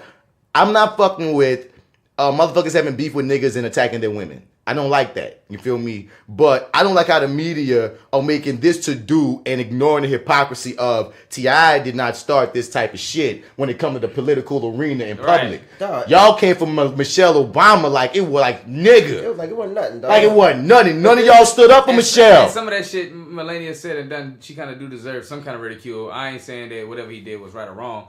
I'm just saying that. I understand she ain't innocent. She not innocent. Yeah, she not innocent. You know what I mean? I think my thing is he ain't got to make her a hoe. Maybe he could have came at it a different way. Quote unquote hoe. He made her stripper. I don't want to make it like that, but she was. She used to pose naked. But you know the angle. I think there's some things about her being in Russia. We know the angle that he trying to use in his form of disrespect of her. He trying to, what he trying to say about the video. And I understand sending shots, but that's the only part I would give y'all of. Yes, it was disrespectful. It's but the first lady. That's how I give you that. I give you that only, dog. That's it. That's it. But the way y'all reacting, bitch, I'm riding with Michelle, son. Y'all did not ride for Michelle like this, so fuck y'all and her. Yeah. Straight up. Point blank, like, I don't even have that much to say about the shit, really, because it's so plainly obvious, dog. Like, where's the outrage? Like, y'all outrage is fucking selective. It always has been. Like, this is mainstream media. This is NBC nightly fucking news, dog. Like, it was on all the media, too. I'm just saying, though, like, I'm backing you up. Just I'm backing you up. Yeah. Like, dude, like, they always, like, this is what they do to niggas. Like, T.I.'s a fucking nigga in their eyes, son. Yeah. Like, that's all he is, right? He's just a fucking nigga, and fair and balanced, right? You know? Yep. Dog, fair and balanced. He hit on the head on the nail. You hit the nail on the head with that one, dog. He's just a rich rapping nigga that they want to get off the market. Yeah, he's just a rich rapper, and he's too loud. He's an easy target. Like, he's an easy target. He like, becoming that Trump and Kanye scapegoat. He learned some good political words now. He can actually say some shit against us real good where other niggas can listen. And that's the thing. Our president is so petty that a rapper gets under his skin. You know what I'm saying? Like, that's like if Barack really singled out all the many factions of motherfuckers that came at him. He just ignored that. Because Trump is like, nigga, talking about my girl. I gotta, show him who's the boss in this country, in this house. And that's what we got leading. That's the leader of the free world. Yep. You dig? More like the big house. Nigga, it's crazy. Something like I said, I'm gonna just give you that, dog. As men, dog, you go at that man, don't go at his wife. You hear me? But as a media, as American, look, I ain't shed no tears. I ain't got not one tear to shed, though. Sorry. America is a plantation. Sorry, Republicans. Sorry, all white side. Y'all ain't gonna tell us shit. And if y'all really think niggas about to boycott this, man, like, really, like, if y'all actually think that this article, like, this shit is about to make us be like, fuck T.I., like, then maybe y'all really don't know what y'all fucking doing. So this is gonna make this nigga T.I. shit skyrocket for a lot of people on different levels, white folks included. Right. White folks gonna be like, oh, look what he said about that bitch milady. Bitch, they be look what he said about that whore over there. Yeah, T.I. fucking right. I'm just saying. Sorry, look, guys. So it's just funny, dog. Be mad. Be hurt. Be hurt, dog. So to get out of America for a second, to get out of the rappers for a second, I just want to throw this quick one at y'all. China plans to launch an artificial moon to light up their night skies. They got sayings over there, bro. What the fuck? They're gonna make big giant monkeys to come stomp the fucking world out. Oh my god. Oh, Chinese scientists are planning to launch an artificial moon into orbit by 2020 to illuminate the city streets after dark. You know what? No. I like that. How big is it? How big? How can you do that? That's scary. How can you put that? Because I understand where they're going with this. And I kind of see how they could do it through satellite. I mean, they did it. They've been building it. They got the whole schematic on. Here's in the time. China, right? China. Yeah, China's always been ahead of the technological game. It will also orbit much closer to Earth, about 500 kilometers. That's gonna look huge, bro. Yeah, it's gonna be like a big ass light bulb in the sky. Yeah, that might be OD. Like, why are they doing it though? But the ambitious plan lights and shit like that, and cut out electricity and make it cheaper for people. But the ambitious plan still wouldn't light up the entire night sky. Wu Chongfeng, chief of the Tianfu New Area Science Society, told China Daily. Its expected brightness in the eyes of humans is around 1/5 of normal street lights. I don't know what that means exactly. Wu estimated that new moons could save the city of Chengdu around 1.10 billion. Well, it's 173 million American dollars. I know about that. And electricity costs annually and could even assist first responders during blackouts and natural disasters. If the project proves successful, it could be joined by 3 more additions to the night sky in 2022. But more testing needs to be done to ensure the plan is viable and will not have a detrimental effect on the natural environment. Right. That's the thing, dog. Like, when you, like, the planet works the way it does for specific reasons. Light included, the moon included, not just the sun.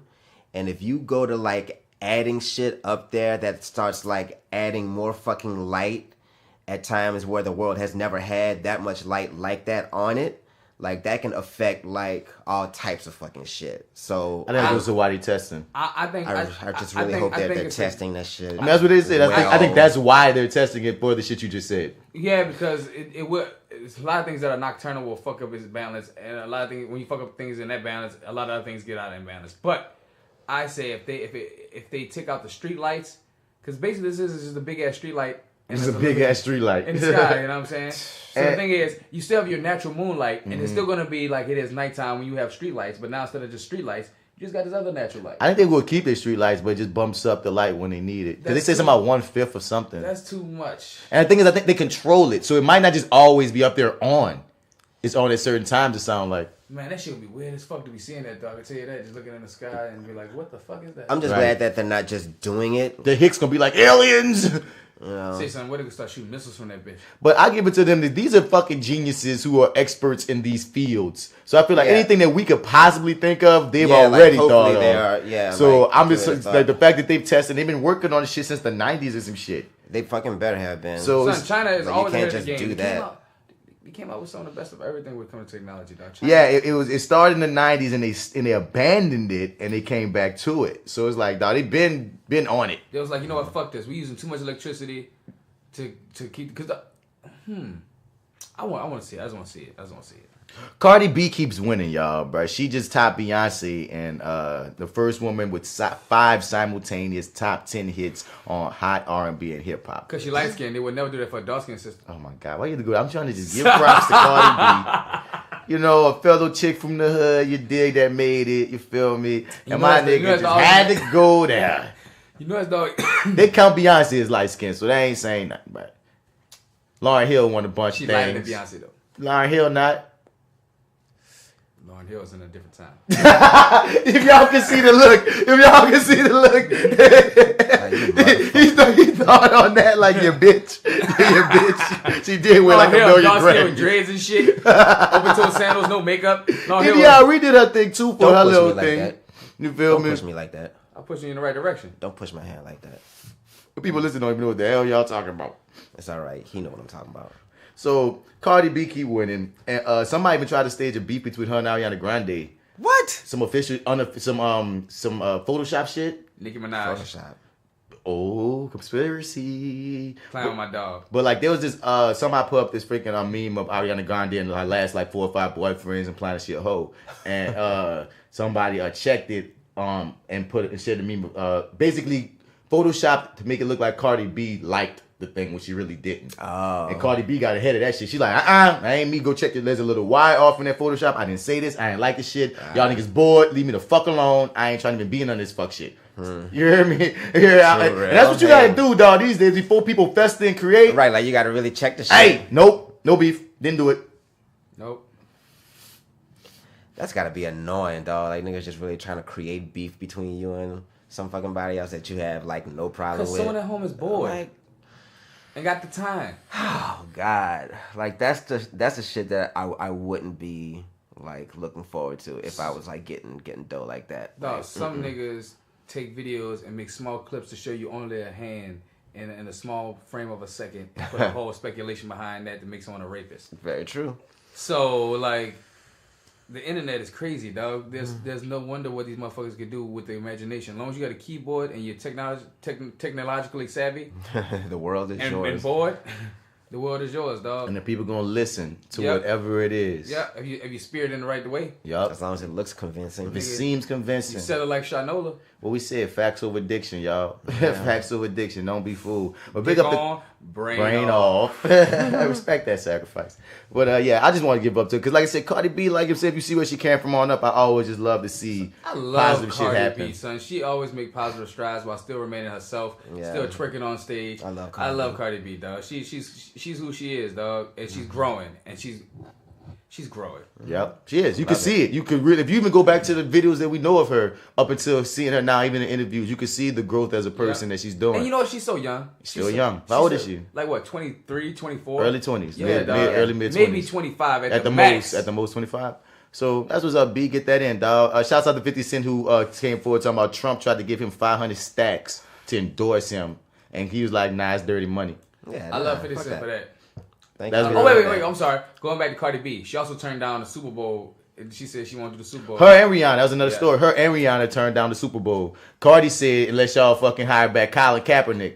Yep. You heard me? And Rihanna just said, fuck y'all. I'm riding with Cap. So like, yeah, more and more, because like Jay-Z and them did recently, Beyonce did, like a lot more and more people are turning them down to be like, nah, y'all doing it, we not with that racist shit. Now I enjoy that. Yeah. I enjoy it because there was a period in time when we was coming, because like when you look back in the day, like how pro-black and how political entertainers were and was like proud of that shit at one era, and then like there was a point in time where it felt like niggas was scared to say shit. Or niggas was scared to be niggas. Like, you didn't really see the celebrities taking stands for nothing no more. But now in the past few years, you see more and more that, okay, niggas, y'all got balls again. Niggas start falling for that whip and chain deal again. And had no voices no more like that. Mm-hmm. I think it's the reaction of the police brutality shit. I think that's what kind of sparked it all. A lot of shit. Plus, we got a lot more rich bosses in office, too. That like Jay-Z and all that who are in power. But back then, it was a time where the power was kind of shifting. It was still white in the head of most markets. It wasn't as much black leaders with this kind of money and influence. I also think it's easier to like make your voice heard now than it ever was. So like, you know, but you got to care first. Yeah, true. And I'm fucking with like this wave of compassion coming from motherfuckers with influence and power. That, you know what I mean? Like I always say, you don't got to do it. Like you could just sit on your shit and not do nothing. Straight up. But if I had money, I definitely would. I would too, but you know, everybody ain't everybody. Some people don't. Some people feel like, bitch, I got this. Fuck y'all. Get some it, like people get do. it. Go get it. And, I got it. And you can't tell people what to do with their money. No, you can't. Sure can't. You know? And I can't tell you what to do except lay down, give it up. You talking about right? I'm gonna do language sounds so familiar. I was like, wait, what is this situation? What are we talking about? What are we talking about here? I can't do nothing but to tell you, lay down. So, Bill Cosby's a life coach in prison right now, and I want to say it feels like a punchline to a joke. Like, what the fuck? Let me tell you how you do this for 80 years before you go to jail. That's how he's finding his peace currently, apparently. It's saying that's what he Richard Pryor that shit. He telling jokes to get him off the booty. he giving advice to inmates, apparently, said. Dog, he's saying he's giving advice and probably giving niggas money on their books, too. This is for you for not raping me this month. Yeah. This is for you for not raping me this month. I'm glad you stopped throwing hot dogs at me. Here's another cake for you. You know what I'm saying? Oh, y'all eat good because I'm Bill Cosby because my money ain't going nowhere. Jello pudding for everybody. Get the real Jello pudding, y'all. Not the one with the glass in your cups. Come on. The one you got to pay more for. Yep. And his wife refuses to go see him. So that says a lot. Of course. Of course. Because she was like, all these years, Bill, you just lied and lied and lied. Yeah, man. I gotta save face, Bill. I mean, Phyllis Rashad ain't coming either, Bill. She told me she ain't coming. I mean, she in jail on Empire. Boy, D funny. We watching Empire, and her character's in jail. He said, damn. D looked at the screen and said, damn, Bill and Felicia in jail. I was like, you so stupid. It just looked so crazy in my mind. I was like, damn, Bill in jail. Like, that is so crazy to me right now. He said Cliff was a sex doctor, and his lawyer was getting it off was the wife. Shouts out to Empire. Like I said, I started watching that messy ass show again. And once again, Joe, you right. Andre, that nigga, son, that actor be killing it, son. That shit took me so fast when I watched that shit. Son, I'm like, whoa, wait. I fuck with Andre. What's his name in real life? Trey Byers is his name. Son, that boy's character, yeah. He's not in music. He's in a whole lot of other shit in his mind. He is everything that the dad is. On a mental level of struggle. No, they show it. No, they show it now because he did a bid, so he got to jail. So he got to see both sides of the. He was an NBA nigga, and now he had to be a business nigga. Now he been in jail for a couple of years. So it's like he is Lucius, and he trying to get Lucius to see Pop. Let's go, but Lucius like. Nah, nigga, I don't want you going back to jail, nigga. You can't be all this, but he's super loose. Ain't no going back. There's no such thing as going back, son. It's only going forward from here. Son, like, dog, that dynamic, dog. Once again, it's a mess of a show, something, but it's fun. It's fun. And that's the starter section. I ain't gonna talk about nothing else. And then to make the starter section, we're gonna just go into side B, such as Dave Chappelle defending Kanye. We're gonna talk about that on side B. But let's get into rich nigga problems. Bats Nerd Out Moment. Right. Bats Nerd Out Moment. Bats Nerd Out.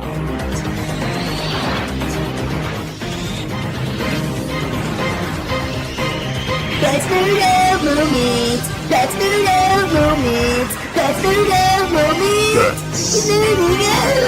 That's the movement. That's the movement.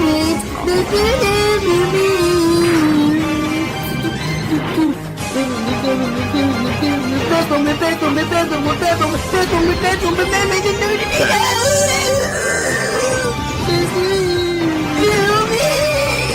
They canceled Luke Cage. Yep. They said, damn, dog. Fuck y'all niggas. They said we had enough of this. Strong R. I felt like they heard us laughing on the Reviewing Dat podcast at Iron Fist getting canceled. We laughed so hard that Karma said, yeah, bitch. Well, guess what? Yeah, bitch. Gone is your black show. Yep, nigga. You like that episode with Method Man rapping and all that? Well, guess what? You only got 2 seasons of that shit. You kept watching that. You ain't got... It was supposed to be 3 seasons.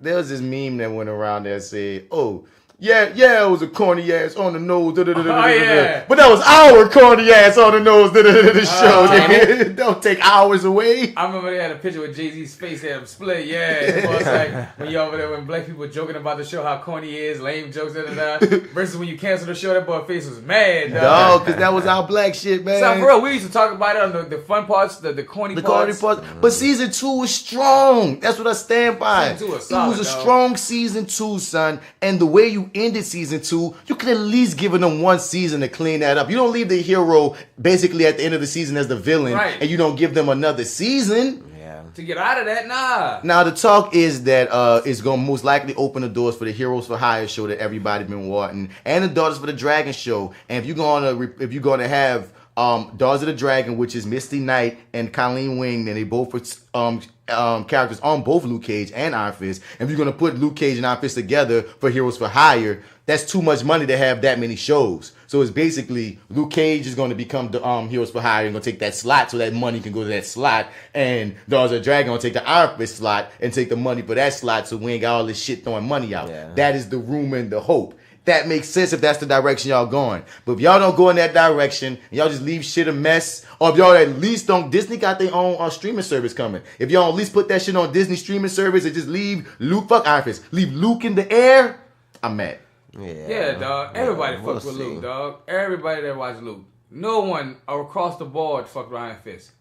I mean, Iron Fist only was swaggy on Luke Cage's episode, and I believe it's because that was black directors giving that little boy some swag. So if you put black directors on Heroes for Hire and throw Iron Fist on that show with Luke, only because I can say like we could, because I thought Luke season 3 when I heard Iron Fist got canceled, I'm thinking okay, Luke season 3 gonna have Danny on there as a regular character. Yeah, and he's gonna be somebody, and he gonna be trying to bring Luke back to the light because Luke went too far to the dark, think he was doing a good thing. Luke, you gotta find your chi. Whatever, you know what I mean? Come back because you thought you could take over the gangs. Spoiler alert for Luke Cage season 2, ended with Luke basically deciding, you know what I mean, I gotta take over crime because the niggas who doing crime fucking it up, and I gotta control it as a good guy. But like it's based off this comic book that was really a Daredevil comic book, Shadowland, where Daredevil took over, became the Kingpin because they felt like they always needed Kingpin. But he didn't realize he was slipping in the darkness doing that shit. That's an interesting 3rd season that y'all setting up for Luke. And even if you bring Danny on to be one of the niggas to be like Luke, you know what I'm saying? That would have been cool. Now if y'all do that for the Heroes for Hire show, that's a lot of time y'all gonna have to spend bringing Luke back to the light and establishing the Heroes for Hire and figuring out who they about to fight. That seems like a lot for 1 season. That is. For 13 episodes? I don't know. Writers can figure out what they can figure out, but just sounds like a lot for that. Amaze me. Amaze me. Perfect. We'll see, dog. We'll see what them bitches talking about. I'm done. I'm done. Amaze me. Amaze me. Daredevil season 3 is amazing. I would say that anybody that have not finished it, that shit's ham. I ate that bitch in a day and a half, son. That bitch. I see you been talking about it on Facebook a lot. Beast of it, and all I've been doing is sucking his dick. Go watch Daredevil season 3, dog. Like they took it up a notch, guys. They took it up a notch, and I can't say anything else without spoiling it. Because everything I want to say, I just can't say right now. But yeah. I know somebody made a joke that said, Daredevil season 3 was like, cancel who, bitch? Bruh, they're not going to touch that. If you, nigga, they ain't going to touch them. They set up a situation. They good, son. Fox Sports just cut a deal with the WWE, and they're going to be showing SmackDown on Fox Sports. But they let the WWE know We don't want that comedy shit on our show. We want y'all to play that shit straight. We don't want that goofy ass putting bats in niggas running in circles on their head shit. Nah, we want kicks and flips. Punches. They want to be like, you know what I mean? And right now WWE has this show on their network called NXT, which for the most part plays it kind of straight. But they saying we don't want all that extra gimmicky shit. Yeah. We want it to feel like people watching a sport, but just happens to have issues between these niggas. We want good storyline with a lot of fighting. Good fighting. I think that would be a fire show if WWE complies. Yeah, son. If they comply. If you take some of that corny shit out, dog, it'll be kind of like ECW or kind of like... well, ECW a lot of corny shit too. But imagine UFC, but with playing into these beefs with these niggas and you in the storyline, you know what I mean? You can control the endings. Because sometimes in UFC, natural, like in all sports, there's natural storylines that come out in a weird way between teams, between people. But since you can't guess the ending... sometimes there's more story that could have happened. That's the point of wrestling, to be able to control more story happening, so it's not just like, oh, that fight was over, this nigga won, so we don't know what to do. You hear me? So if you just take some elements from a UFC, but you write in what you need to write, it might be tight. I can see it being tight. You know, it'll step beyond a level of entertainment in the sense of it'll look more real. It'll look like more like reality fighting.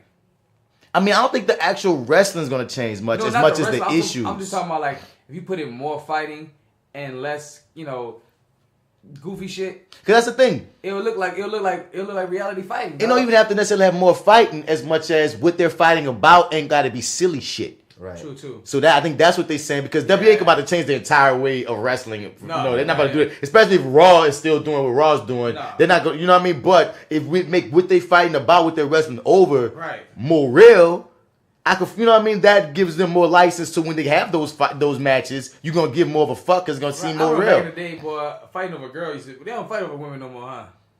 I've been touch and go lately with WWE. I've been getting right back into. I mean, yeah, they do. They still do. I miss age-old shit. Well, I mean, like, maybe, I just remember niggas used to fight over damn near anything back in the day, dog. It just depends, and sometimes it depends on how you present it.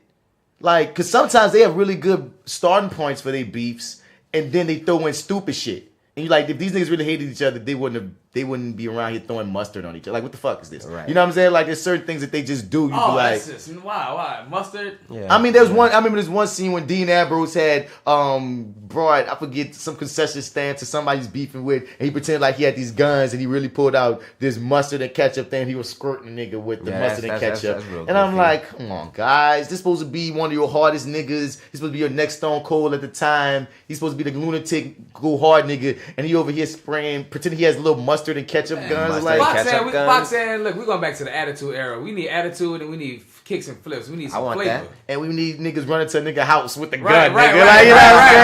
Right. Yeah, that's what I want. So fuck this wrestling shit. I got a gun, so cool. Nigga thought so cool got shot. Yeah, boy, I got a hostage. So cool, playing with me. But Bible put an end to all this. I'm just saying. So that's very interesting to see, man. We talked about this on Reviewing That podcast. I want to throw this at you because a villain was just cast in this show. And I think this is one of the stupidest premises for a show to come out in a while. Alfred Pennyworth, yes, Bruce Wayne's butler, is getting a prequel show about when he was younger. I'm for it. And they just cast a villain. Oh my God, you are? You know why? Because Alfred's life seems so interesting, dog. He went through a lot of shit. Oh my God. Dog, when you look at Alfred thing, dog, Alfred was in an army or some sort at one time. He was Alfred ain't your normal butler, son. You can tell the exact same story without it being Alfred. But I knew they had to use Alfred probably to sell the story. But I just feel like it's unnecessary. I don't give a fuck about Alfred like that. But I'm glad there's a fan here. I mean, I fucks with Alfred. We shat on that, so I'm glad there's a fan that exists here. I fucks with Alfred so hard, dog, because without Alfred there is no Batman or Bruce Wayne. You know what I'm saying? And Alfred holds his own. There's times in the comics where Alfred had dropped some niggas while Bruce Wayne was weak. I feel all that, but I don't think that warrants him to get a series. That's all I'm saying. He should get a series. Fuck it. Nigga, I'll give him a specific episode on some TV show about Batman, dog, but a whole full-blown, maybe 5 to 6 season series about young Alfred Pennyworth. Oh, wait. I thought it was like a movie. No, a TV show. He's getting a series about his life. I can take 2 seasons of that. Nigga, he don't need a series is all I'm saying, dog. Like what you said, like even a comic book, I give him 5 issues or 10 issues about Alfred, young Alfred. But nigga, you about to pay people to put together a series that seems like. That's all. You can do maybe 1 season. If you want to do a series, just do 1 season. Nobody wants to do that with their money. Everybody want double. You know what I mean? They want it to be a series. You know what I mean? They want to make money. Like, they don't go in doing, unless you saying bring back when we was little, they had the miniseries. Remember that? Yeah. So you mean give an Alfred miniseries or something? Yeah. 68 I wouldn't mind a miniseries. Yep. That's the only way I would like to accept. I just feel like there's so many other characters, man. But it just made me laugh. They cast a villain. The villain gonna be a chick. You know, go. You know, pro women. Let's go, people. But the last thing in the Breast Bass NerdOut moment was just this weird thing. I don't know. It just seemed like a weird concept.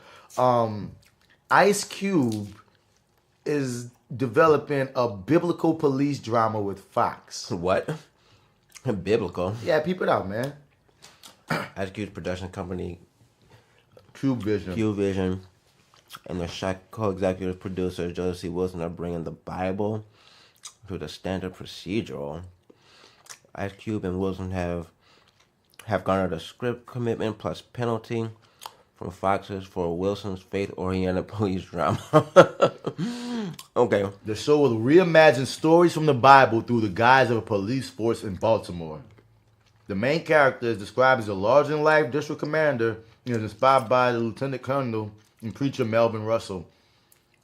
The reasons, blah, blah, blah, blah, blah. Yeah, it just seems like, I don't know.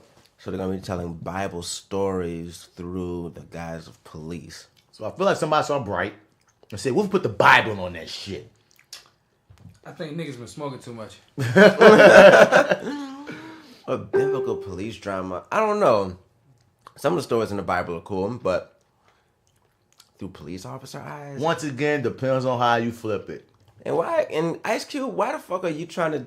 You went from fuck the police to doing biblical police story. That man said I've been playing police cop for the last 13 movies. I've grown. Wow. I've grown. You've grown a lot. He said this acting. Like you said, depending on the story, it'll be interesting if y'all don't come with the bias. Because if you take Bible stories out, flipped it on some police shit objectively, and came up with creative endings without it all ending with praise Jesus, right? You got something really interesting. But if you're trying to make it an inspiring show for Christians, then that's where you lose me, because you're missing out on a lot of pretty cool story opportunities if you take the dogma out of it and just stuck to what the story is being told. Yeah, I guess though. We shall see. May not. So Fox said they doing it, so we'll see. So they working on it. They ain't got no teasers or no trailers out. Development deal, dog. All pre-production. I'm talking all this shit. Nigga might get an audition. Who knows? Huh. And I would hope you'll fucking nail it. Fucking right, too, boy. but... What? You be all in that biblical story with your cop uniform on. No, you gonna make me a cop? Whatever. And I've had cop auditions and he never cast me. They was like, this nigga looks too much like the fucking nigga the cops need to catch. Man, fuck you, Joe Sports Corner. What you saying over there, Joe Dog? Sports Corner, bitch. All right, first off, you know what I'm saying? Saints play today. Baltimore Ravens. That's what we're going against. We Hugh. We won our last game. Drew Brees broke records, of course. I think we said. Yeah, I don't know if we said it was on the last podcast, but probably did. But Drew Brees, We did talk about Drew, I think, last time. Did we? I don't know if we talked about the most recent records he broke, but I mean, we had a discussion about him doing something. The Pelicans, they've been winning. That's a good thing with that. They've been holding down. They slaughtered Houston Rockets, and we'll get to Houston Rockets in a second. But when they played Houston Rockets, they slaughtered them, beat the shit out of them. On top of that, the Dodgers in the playoffs are winning. They just beat Milwaukee last night. Now, besides all that sports shit, did we talk about Conor and Khabib? We did. We mentioned it. Yeah. Khabib beat the shit out Conor. And then that whole thing happened in the ring with that debauchery. And then then Khabib, people beat up. I mean, we talking about. I think we talked about reviewing that. As yeah, a matter of fact. The top reviewing that, I think we talking about how like they deserve that shit because they were talking shit. Yeah. Khabib, you talking about that man religion and shit, talking about his daddy and shit. You don't think when he get his hands on you, that nigga, fuck that. And then we also talked about Derek Lewis versus Daniel Cormier. No one cares about any of this, George. Get to the real. That's a good fight because that's a Louisiana fight, all right? That's New We Orleans. talked about that was we listened to his 5 years ending speech about wanting to smoke some weed, take his pants off and shit. But let's get to the real, nigga. All right, I want to get through some real sports before we get to shit that has nothing to do with sports. It is in the sports category. All right, here we go. All right, listen. Let's get to it. Okay, y'all ready? So LeBron. Let's start off with this. What just happened? Let's start off with the beginning. The Lakers, this is the first home game, and this is LeBron's first home game. they go all out for the first home game. When I tell you they went all out, like you can swear they was in the fucking they was already at the championship game for the last game and they won. Like they had the lights and bells and whistles. Team Money team was in front. Floyd Mayweather, Jack Nicholson was there, of course. It's LeBron's first fucking game, and the stakes are high.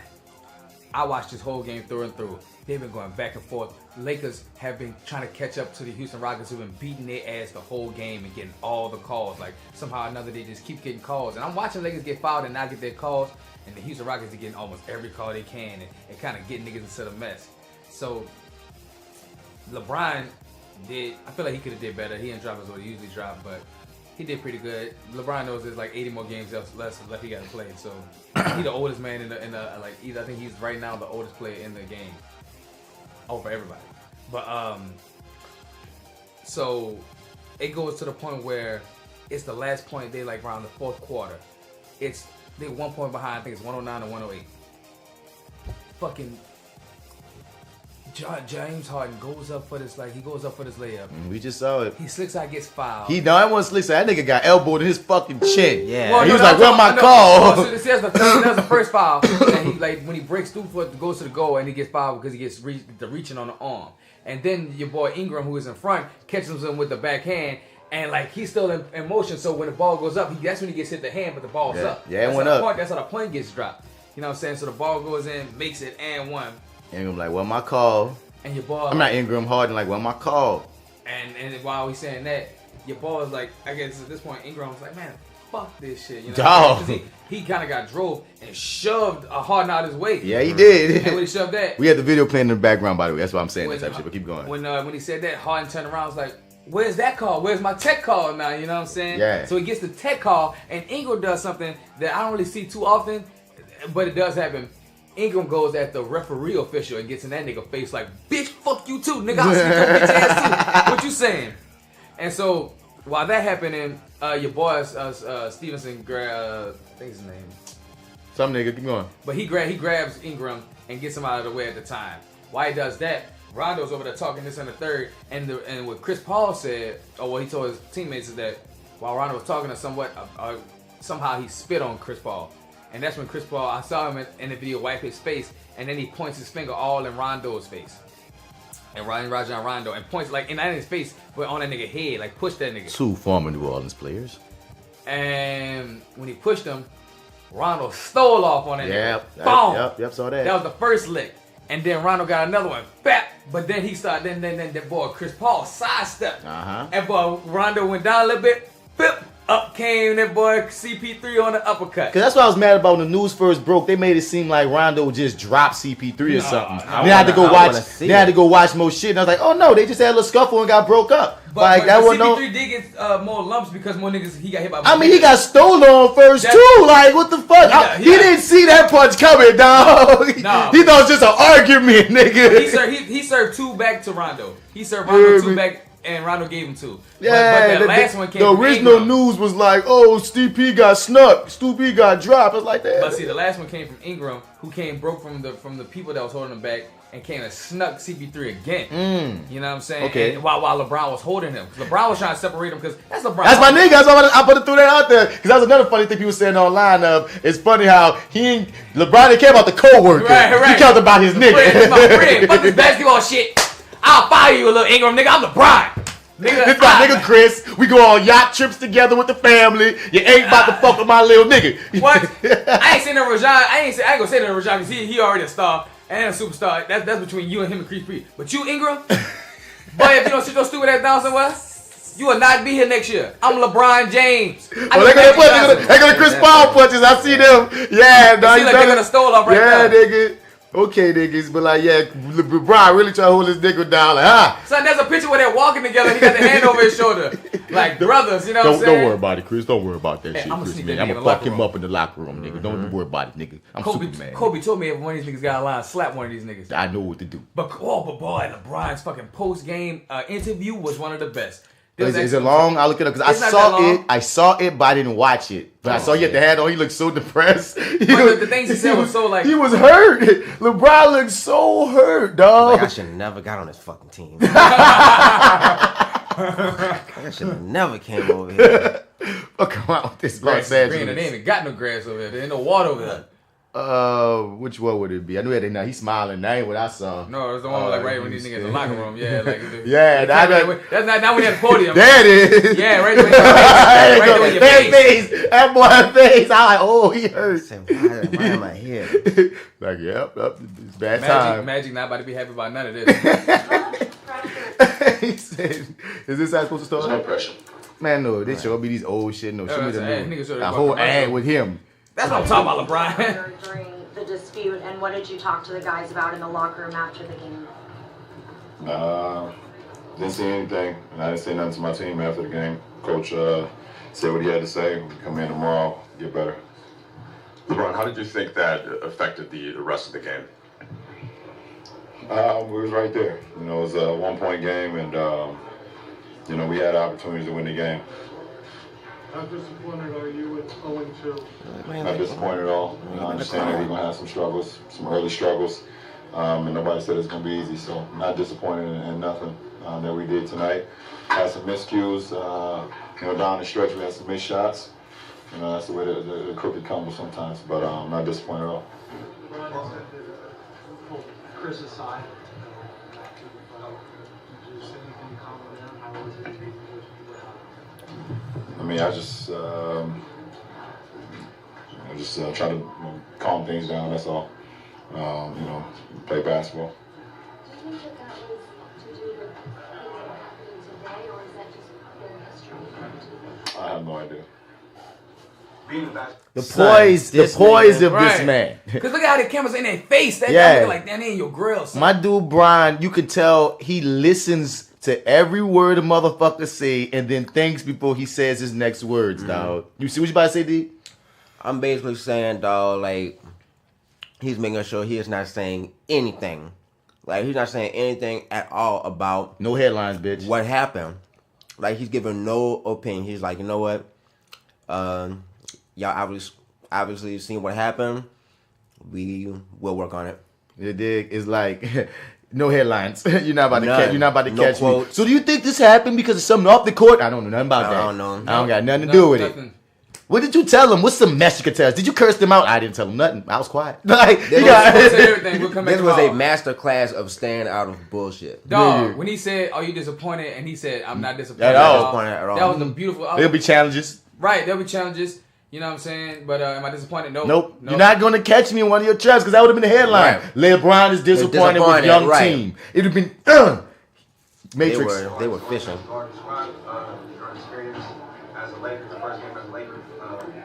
It was great. It was great. Sorry to cut you off, but it was great. The atmosphere was great. The fans were extremely excited. You know, we gave them everything that we could. You know, wish we could have gave them more, get this win, but it was very electric, and we're looking forward to Monday night as well.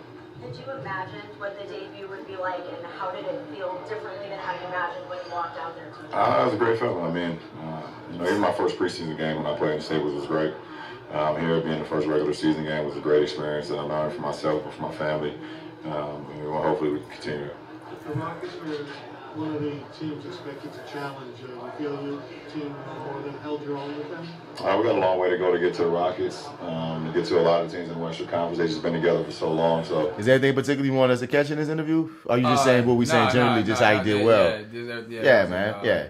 Because they was all in this grill asking about was he disappointed, and this is right after the game. Right. So there's no time for him to really think too much about it. More emotional people would have handled that differently. Right. Dog, did you hear what happened to Jimmy Butler? No. All right, that's another thing, T. Jimmy Butler got into it with his whole team and his coach and called out Oh, everybody and on played the team. them. And played them and beat them and beat a bunch of them or something, right? Yeah, he was going hard. And he's like, get on the fucking court. All 5 of you niggas, starting 5 right now. Like, he rallied them niggas like off the Boondocks. And broke one them niggas note. off, shaking the niggas up, cussed out the coach after that. Like, fuck y'all niggas. I'm Jimmy Butler, bitch. Nigga. Real shit. I saw that story. Yeah. I was like, damn. Because the killer part is he won. That's what fucked me up when I read it. Won? Not only because when usually niggas he called, you know, they call shit out, but then nigga put him in his place. No. He called them niggas out and he won. That was the headline. Shit. I like that type of shit. Nigga. If you could back it up like Nigga, that, I said then it hard. You actually have an argument. I have no problem with cocky ass motherfuckers if they can back If you it can up. back it up, I son. ride with cocky ass backing it up ass motherfuckers. Because if you can back it up, then it's not cocky. You just stating facts. Nah, it's just a fact of it the could be matter. facts. You could be cocky with your facts though, but it's Yeah. still facts. I mean, you cocky when you step in unknown waters. You know what I'm saying? You don't know what that nigga I'm just got. saying, I'm a nigga's, like me personally, I'm a nigga's all about humility. You won't hear me talking shit about my acting game. You won't hear me doing none of that, dog. But if Denzel want to do that shit, or when Denzel drop his nuts, I ain't gonna say shut up, Denzel. I kind of be like, yeah, Denzel talk your shit. Yeah. You know what I'm saying? Yeah. Like back in the day when Ali or Floyd, before he was women beating and shit, was talking they shit, I wasn't like, shut up. I was like, I like the shit talking motherfuckers, dog. Like, even though I try not to be one, nigga, I will not shun one if they're backing it up. I hate the nigga talking shit that they got fucking... And you ain't got no juice. No juice or mysterious juice because we never seen what you could do. You just talking. Ain't got no receipts. Just talking. Nobody knows anything. No, son. If you could provide them receipts with your man, come on, let's go. I Talking still shit. think that's a dickish move to come in there. It was. And like all you bitches and the coach, fuck all y'all niggas. Oh, get on the court right now. Let's go. It's the exact wrong way to handle it, but it's still gonna garner some respect from this cat because you won. Only because you won. It's the only reason. Man, I would have snuck that nigga at the man. You after you won a guy, I would have snuck him. Say, son, what you really came like in like for, like square. Yeah. Can you win in this? If you're a teammate, yeah. No, I would have been so disrespected if I was with my teammates. I would play with you up the times I had to pass the ball. I'd have played. Don't come to my house later on and smoke, son. Straight up, bitch. Straight up. Straight up, sir. That's canceled between me and you now, homie. So I'm canceling you off my 2K playlist. I'm just saying, dog. I liken it to this happened in this movie I was in called A Quiet Storm, but I also saw it. I got to see Green Book earlier. I'm gonna talk about that when it comes out. But there's this one scene where basically happens. Basically, the dude they broke, but the dude go play the lottery, and the wife mad because they broke, but he won. So all she could do was give him this look like you, and give him a kiss, and she's like, "You so lucky." And that's how it is when I hear that. It's like, yeah, nigga. You won though. If you would have lost that money though, it'd have bitch. been a completely a supreme fuck up. But Hell you won. yeah. Any more in your sports card and shit, dog? Let me think. I saw this story I pulled up about Allen Iverson still getting paid like 800 stacks from Reebok. Allen What, like a Iverson- month, a year? Let me see. Allen Iverson got money locked away from himself. Yeah, I heard that. I Of heard about that course. too. No. Legitimately. No, I mean, yeah. It's a trip because he used to fuck up his money and he's like that kind of helped That him. nigga really legitimately locked He still away gets his money. $800K a year from Reebok, and they Good just shit. they enjoy the CEO says it's still worth it. Niggas still buying AIs. Good shit. Say son, cause it's AI. Nigga, what? 800K, boy, dog. Shit, 800K Son, a if year? I was to retire and not do anything no more, Shit. and besides the millions I got stashed away somehow in some kind of dungeon, I got 800K coming. Just man, son. Yeah, Son. that's the residual that just keep on giving. I'll be That's popping good. up at every NBA game, fresh as fuck, just sitting down, because everybody can respect the legend that you are. What And is I that have to a sit down month? and just Like, That's on top of the other ventures he already still has going on Exactly. because he got book orders he still do. He's So it's at like 800K a month. it's good to hear that in this quarter of his life he ain't broke because there was a point in time when AI like really lost a lot, that's basically 67 grand monthly. and that's just one of your revenue streams. Just one stream. 'Cause that's how rich people stay rich. They have You multiple good, revenue streams. yeah. As long as you keep multiple revenue streams giving you something productive, nigga, you will stay where you at. That's why I don't see how niggas go broke once they get in those spaces on Well, you can those make conversations. connections. Yeah, have Right. those. And You just know what I mean? making money work for you. Chameleon, Dude, come on, Chameleonaire. a millionaire. Dog, you trying to be a billionaire, dog. Right. He's really trying to get there. You dig? You So better could do it. he could do it. That sounds like an actual number. So yeah, man, let's get to that question of the day. We're gonna get out here. So basically, on the Your 30 podcast, man, they were talking about Lawrence, our nigga L-Dub, Arrogant Observer. He's writing a book about about his experiences at Dillard University, which spans from like 2002 all the way to 2016. When you add in that he worked for them after he graduated, and he came back with me, Joe, and Raheem to help them with this play called Hands Up in 2016. So he was able to see the Dillard Theater Department through different iterations and generations from 02 to fucking 2016. So he's writing a book about the many experiences and such. And one of the backdrops is even though it's about his experience, he gonna change niggas' names, of course, at Dillard University, he's just wanted it to be like a love letter to black theater kids have a different experience than white theater kids. And that's one thing he wanted to shed light on. Though this is the type of experience that you're gonna have at an HBCU in particular on this journey.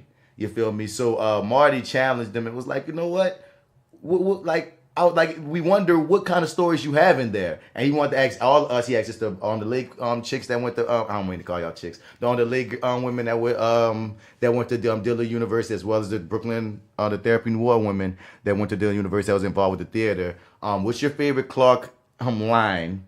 Mm-hmm. And what story that you have that might stand out that could go in a book? That's crazy. I got a few. The one that comes to my mind off the dump is when I called Clark's hands out.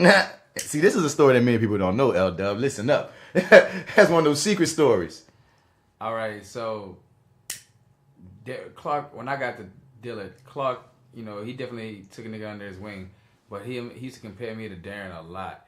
And I always used to have Darren kind of do things that would kind of one-up me because Darren would already be ahead of the game. Pause. Darren is our nigga that came in. Him and Joe was in the same class, but D came in a year before Joe, a semester before Joe. And technically, that nigga knew a lot of things he way was ahead of my a time. Super student, like a super nerd theater. He's an amazing actor too, but he knew his shit. Like that technical shit. He was years behind me at the time. Nigga, as an example, like when he first came, he was just I've often said this story. He was just a quiet nigga in the back of the theater. That's the first time I ever saw him. I was like, where this nigga pop up from? And then like we was in class just goofing off and shit, and Clark would ask certain questions, and if the nigga didn't know the answer, he went, yo, Darren, what's the answer to the question? And Darren just always knew. And we looking like, who is this little nigga? Like, we don't say nothing. Don't say nothing, but knows the answers. Go back to warrior mode. I'm training.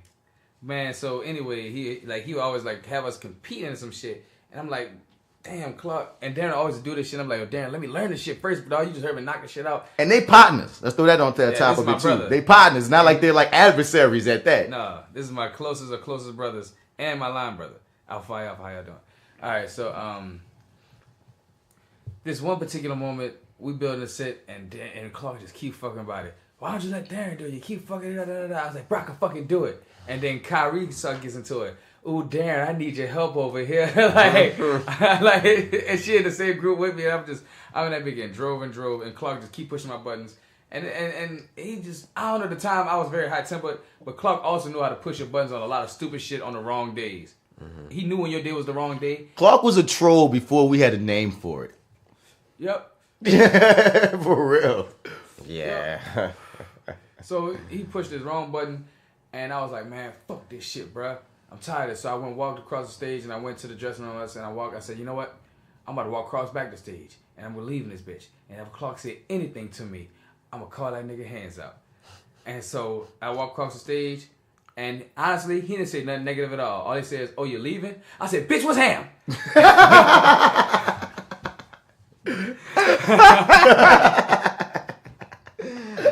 Everybody has wanted to fight this man, dog. But Joe has to call his man out. That nigga said, what you said? I said, bitch, I'm tired of your shit. You feel like you want to throw them hands, nigga? Let's do it. What's up? And man said, oh, you serious? And I went so old school, son. Very childish at the time, too. I went, say, son, I'm going to put this line right here, dog. You cross the bitch, I mean, say, I'm a sneaky, son. And man, Clark stepped over that line in the most humble, gracious, Buddhist way I ever seen. And nigga said, are you going to hit your professor, Joseph? For real? The man that gave you food and clothes? And I was like, you pulling this shit now? Nigga, you was trolling me 10 seconds ago. Nigga, you was fucking my guts up like poking the piss out of me. Like you was poking me, dog, when I was stomach churning, like hating you, nigga. And now it's look at what I done for you type shit. So I couldn't sneak the nigga. So I left. And I hooked up with Martin, smoked a blunt, and cried in the car about it. I remember picking him angry. up. I remember picking him up right after. I didn't know what to do. Wow. This nigga said, man, I just called Clark hands out. I said, wait, what? So do you still go to Dillard? Jesus. That was exactly I was nowhere on my radar of what I thought I was going to hear that day. Feel me? What's yours, D? Because one thing that's funny that Marty brought up was it was funny going there in y'all time because our generation talk about how y'all was like, y'all had the heyday. Y'all you have like 5 different professors and different directors and all this shit that we didn't have. No hating on Ray at all. But all we had was Ray. We just had one. And you ain't going to get the level of training that you might desire. I didn't get the level of training I desired just off the fact of I would like to get different senseis. Like Ray gave me everything he had. That's why I love Ray. But it's like, you know, in acting, bro, you can't just learn acting from one person. You know what I'm saying? I mean, it's true to get out of tutelage, but yes, it is also true we have been trained by a master sensei. No, Ray a beast, and luckily we had Evan that came through. We had Sherry and shit. It wasn't really just Ray, but y'all had numbers. You know what I mean? Y'all had. But know what they told me though? I was talking to I ain't gonna say the person's name because I don't put it out there, but there's a DU, a theater alum that said, as far as like in the plays, yeah, it used to be tight and learning experience with a different direction. But as far as the classes, man, there was a lot of speech and like other shit. It wasn't like some of the things that Ray taught us that helped us a lot in this acting game. That they was like, nah, they didn't really work on too much character work that much in classes. There was a lot of like more speech and learning who directors and writers are that are black and like, you know, different plays. But it wasn't like nothing about the things that Ray taught us. I feel like you just told what you're supposed to learn. You're supposed to learn history. You're supposed to. What's the problem? But like, it's like they got. If you didn't get in a play, you felt like they didn't get in a play, they didn't get an acting experience to build on character and work on African things. Like people said that after in our generation too, though. That's true. People said in our generation too, they felt like they didn't get cast, but they got mad at us for being the favorites because they felt like I didn't get my really one-on-one time with Ray like I in won. In class, you were supposed to show out. You know what I'm saying? If you could show out on stage, in class was your time to get your practice on the show. That niggas didn't show out. Every generation has them motherfuckers that do that talking. We know that don't come how we come and then we'll have a problem with things. I see that part. You have to go hard in like acting class. When you take acting 1 and acting 2 and acting 3, like that's your time to like show your like what you can possibly do. Yeah. You know what I'm saying? Like if you can at least show that you can learn acting, then they will cast you and like work with you as like the rehearsal process goes and like, you know, turn you into an actor in that way. But if you're not active in the acting class itself and like you didn't go to like any extra workshops, you didn't go to the plays themselves, then no, like nobody's gonna fucking pay any sort of attention to you. All I'm saying is, I think what Joe's saying has merit, but I'm just saying that happened with us too. Like Ray might have did more things working with his hands on one, but there people always to complain that same shit of, well, if I don't get in the play, then I ain't gonna be da-da-da-da-da-da-da. You know what I'm saying? So it's just like it's a thing, I guess. Yeah, but that's a whole other tangent. I was just trying to say that Marty was saying while y'all were having y'all time, y'all didn't even see it as we're in the heyday of shit. Y'all just you know. No, we didn't look at it like that at all. Like, you know what I'm saying? That wasn't even a thought. Like it was just theater. Like we were just doing theater. So, but what's college? What's your story that might make the book though? Probably during Emmett Till. Easily my most favorite play I did over there. I remember this one night, man, after the murder scene, like the murder scene that we made, it was like super gruesome, you know, gunshot, you know, bow, everything, you know, da-da-da, lights, blah, blah, blah, you know, and like over the course of the rehearsal process, it just got better and better. Like it was just so sad. And like the more we did it, like the more I got into it naturally. And I remember one night, like one of those nights, like it wasn't opening night or closing night. It was somewhere in the middle. I remember I did it and like I was actually fucking there. Like I just really felt like this shit was real. And after they took me off the stage, like I just had this complete fucking like meltdown on the side of the stage. And I was like, dude, like it's okay, it's fine, it's fine. And I ain't gonna never forget that shit because like it was this real fucking moment. Like I just looked around and like these fucking white dudes was here to kill me. You know, so that was kind of trippy. Devin goes method. Yeah, I went just, you know, partially method. So that was cool. That was cool, huh? What's your image? What about the one where he said somebody put a blunt in their mouth? Oh my god. Okay, so that shit. Niggas is ignorant, dog. Like we used to have so much fun during like runs. Like we would always do like every show. Like somebody would just do some goofy ass shit like just to troll either like the director or like the audience. Like I remember one time, this when I first made it there, like this is like 2002 or something like that. Raisin in the Sun. There was a part in the beginning where like I forgot who sat the apple by the windowsill, but like somebody puts an apple on the windowsill, right? some fucking body reaches up and takes the apple out of the fucking windowsill. She did. And like you can hear people in the audience like laughing and shit. You know what I'm saying? Funny as fucking shit. Got in a lot of trouble for that shit. Yes, indeed. And then in that same show, dog, this is the shit that we used to do, son. Tell me why a nigga rolled a whole beach ball across the fucking stage during Raising the Sun. And niggas say, man, what the fuck? Like we would just troll the show. Like one show. Like it gotta be one. So for Emmett, I'm serious, son. Got a shitload of trouble for that. But I be so drove as an actor, dog. What the fuck is this? But it's like you just gotta go on. Yeah. You gotta go on, keep it going, you know? But yeah, that one and the fucking blunt thing. Emmett Till, there's this part where like giant sarcophagus on stage, a coffin and shit, and Mamie Till Mobley, Emmett's mom, she's like at the funeral or whatever, and she's over the casket crying, boo-hooing. Somebody put a fucking mannequin head in the casket with a fucking blunt in her fucking mouth, and like she saw it and she almost broke character. Like everybody saw her, like her audience is here, her back is turned, and like we could all see her like. And she just wants to like start bawling, crying in that moment. So it was like she was like about to be laughing, like, and she just kept going or whatever. Good shit. Dying. Good shit. Good We shit. all dying, son. Like that shit was fucking amazing, son. Oh, Like we used to man. be doing some shit, son. See, Ray kind of canceled that culture. Yeah, you that watch was that over culture get after that, canceled. yeah. We're running a beach ball across stage. Ray will run a razor across your ass. Ray like. canceled all of that. And that was when we had all the teachers too. Like we had a bunch of teachers. That's the thing I keep saying. like, I envy. shit. You're like 5-6 teachers, man. I think for me, aside from a night. Oh, but favorite quote, F. Mine too from Clark. F. That's your favorite quote? I mean, yep, F. It's just classic. Mm-hmm. And I gotta say this too, coming from somebody that since I wasn't a theater major, I wasn't around Clark as much as I was around Ray. Like I was around Ray way more than Clark. So like some of y'all who got like a whole lot more material to go off from Clark.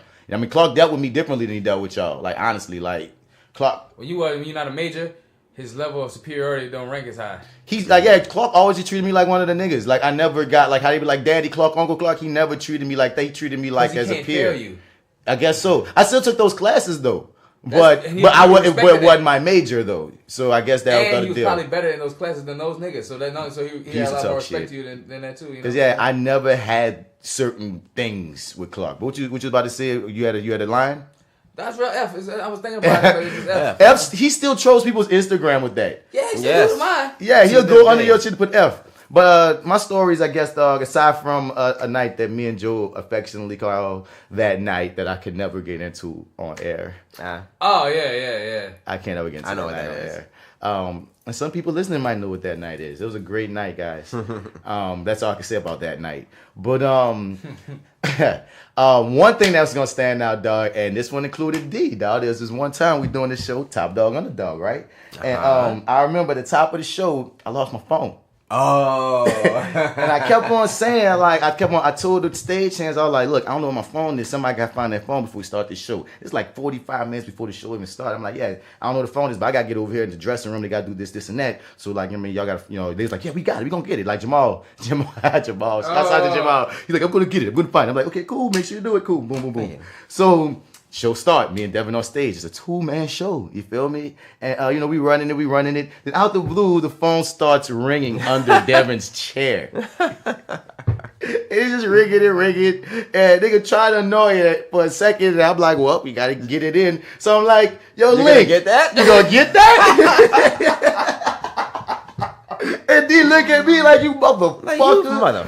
I'm like, sorry, the phone was ringing through our scene. You gotta acknowledge it. So then he started looking for the bitch for real. I ain't trying to find the motherfucker. He's like, I'm gonna get it as soon as I get it. Went off. He's like, well, I guess that's it. I guess I missed it. So then we try to go along with the scene again. It rings again. Oh my.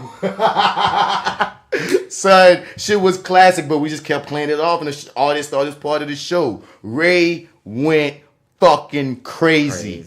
Ray went nuts, dog. That nigga was pissed off. You hear dog. me? Get some fucking bag, Jamal.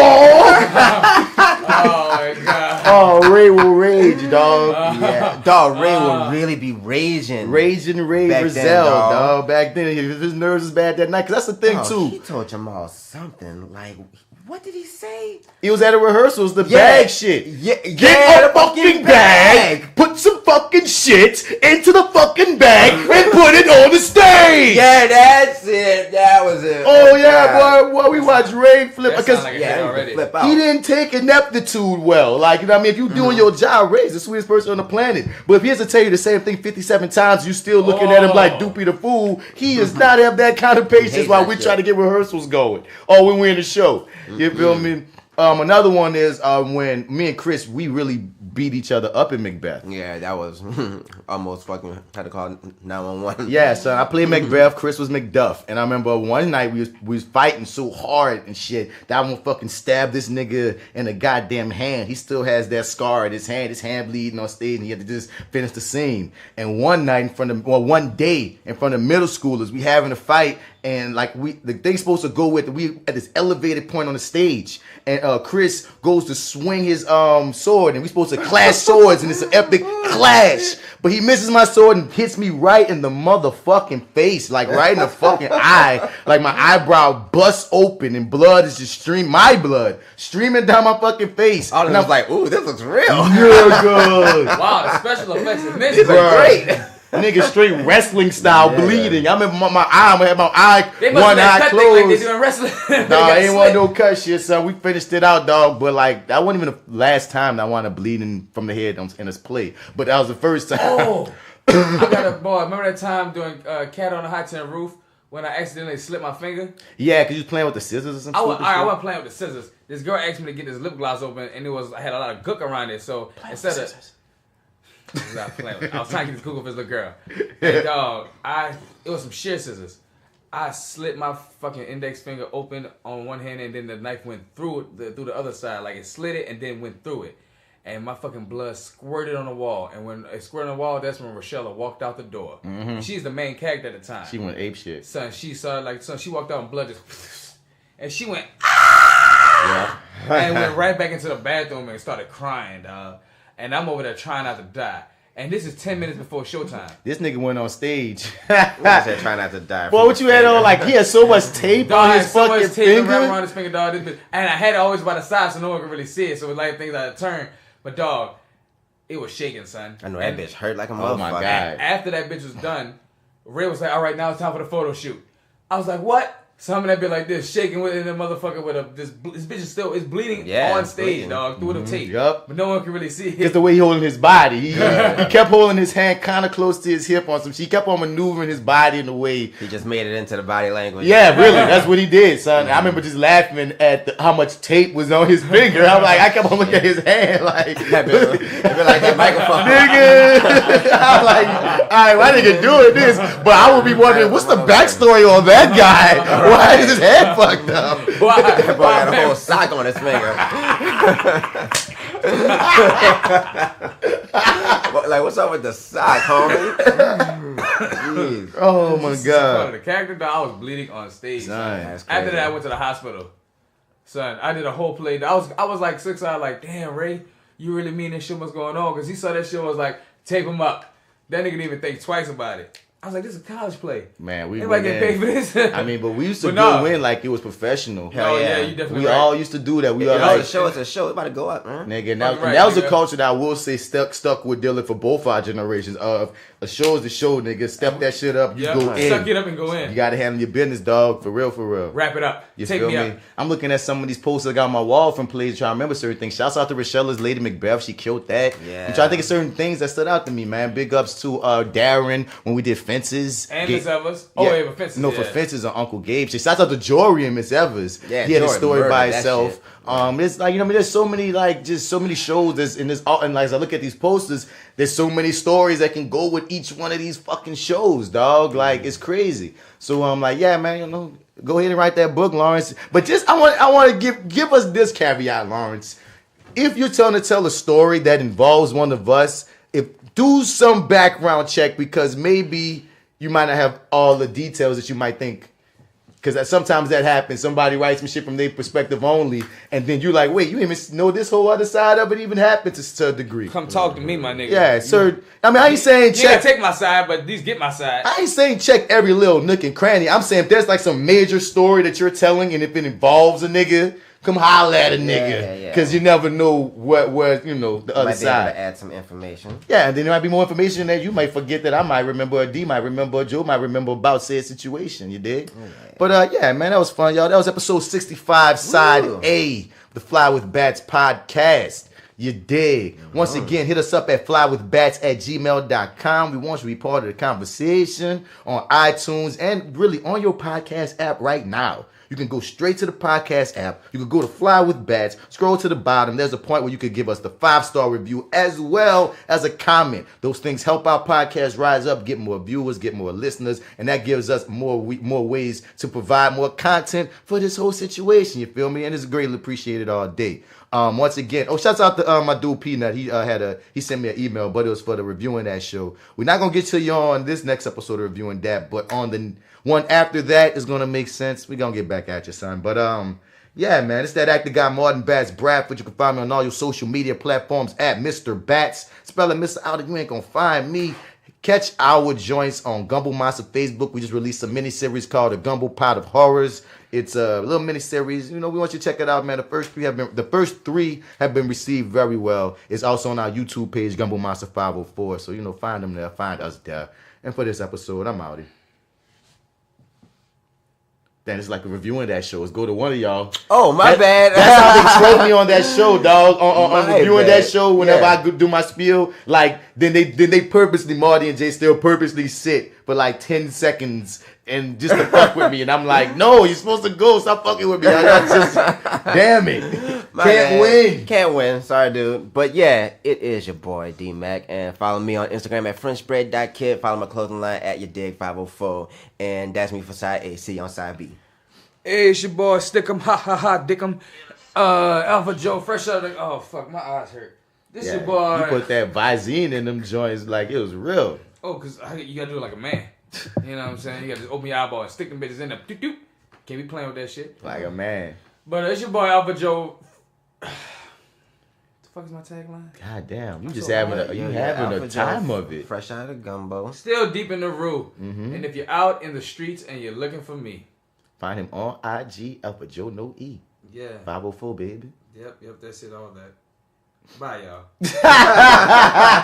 See y'all on side B, man. Most real niggas know most niggas phony. Your shadow got your back, huh? Just like your homie. That's why shady niggas will harm thee. Just act Caesar. Brutus got him and caught him before his last breather. If that don't make you believers, then you'll learn. Honesty is a quality that will burn, but it's cool. And trust is a quality you will earn. You a fool if you think you learn all of the rules.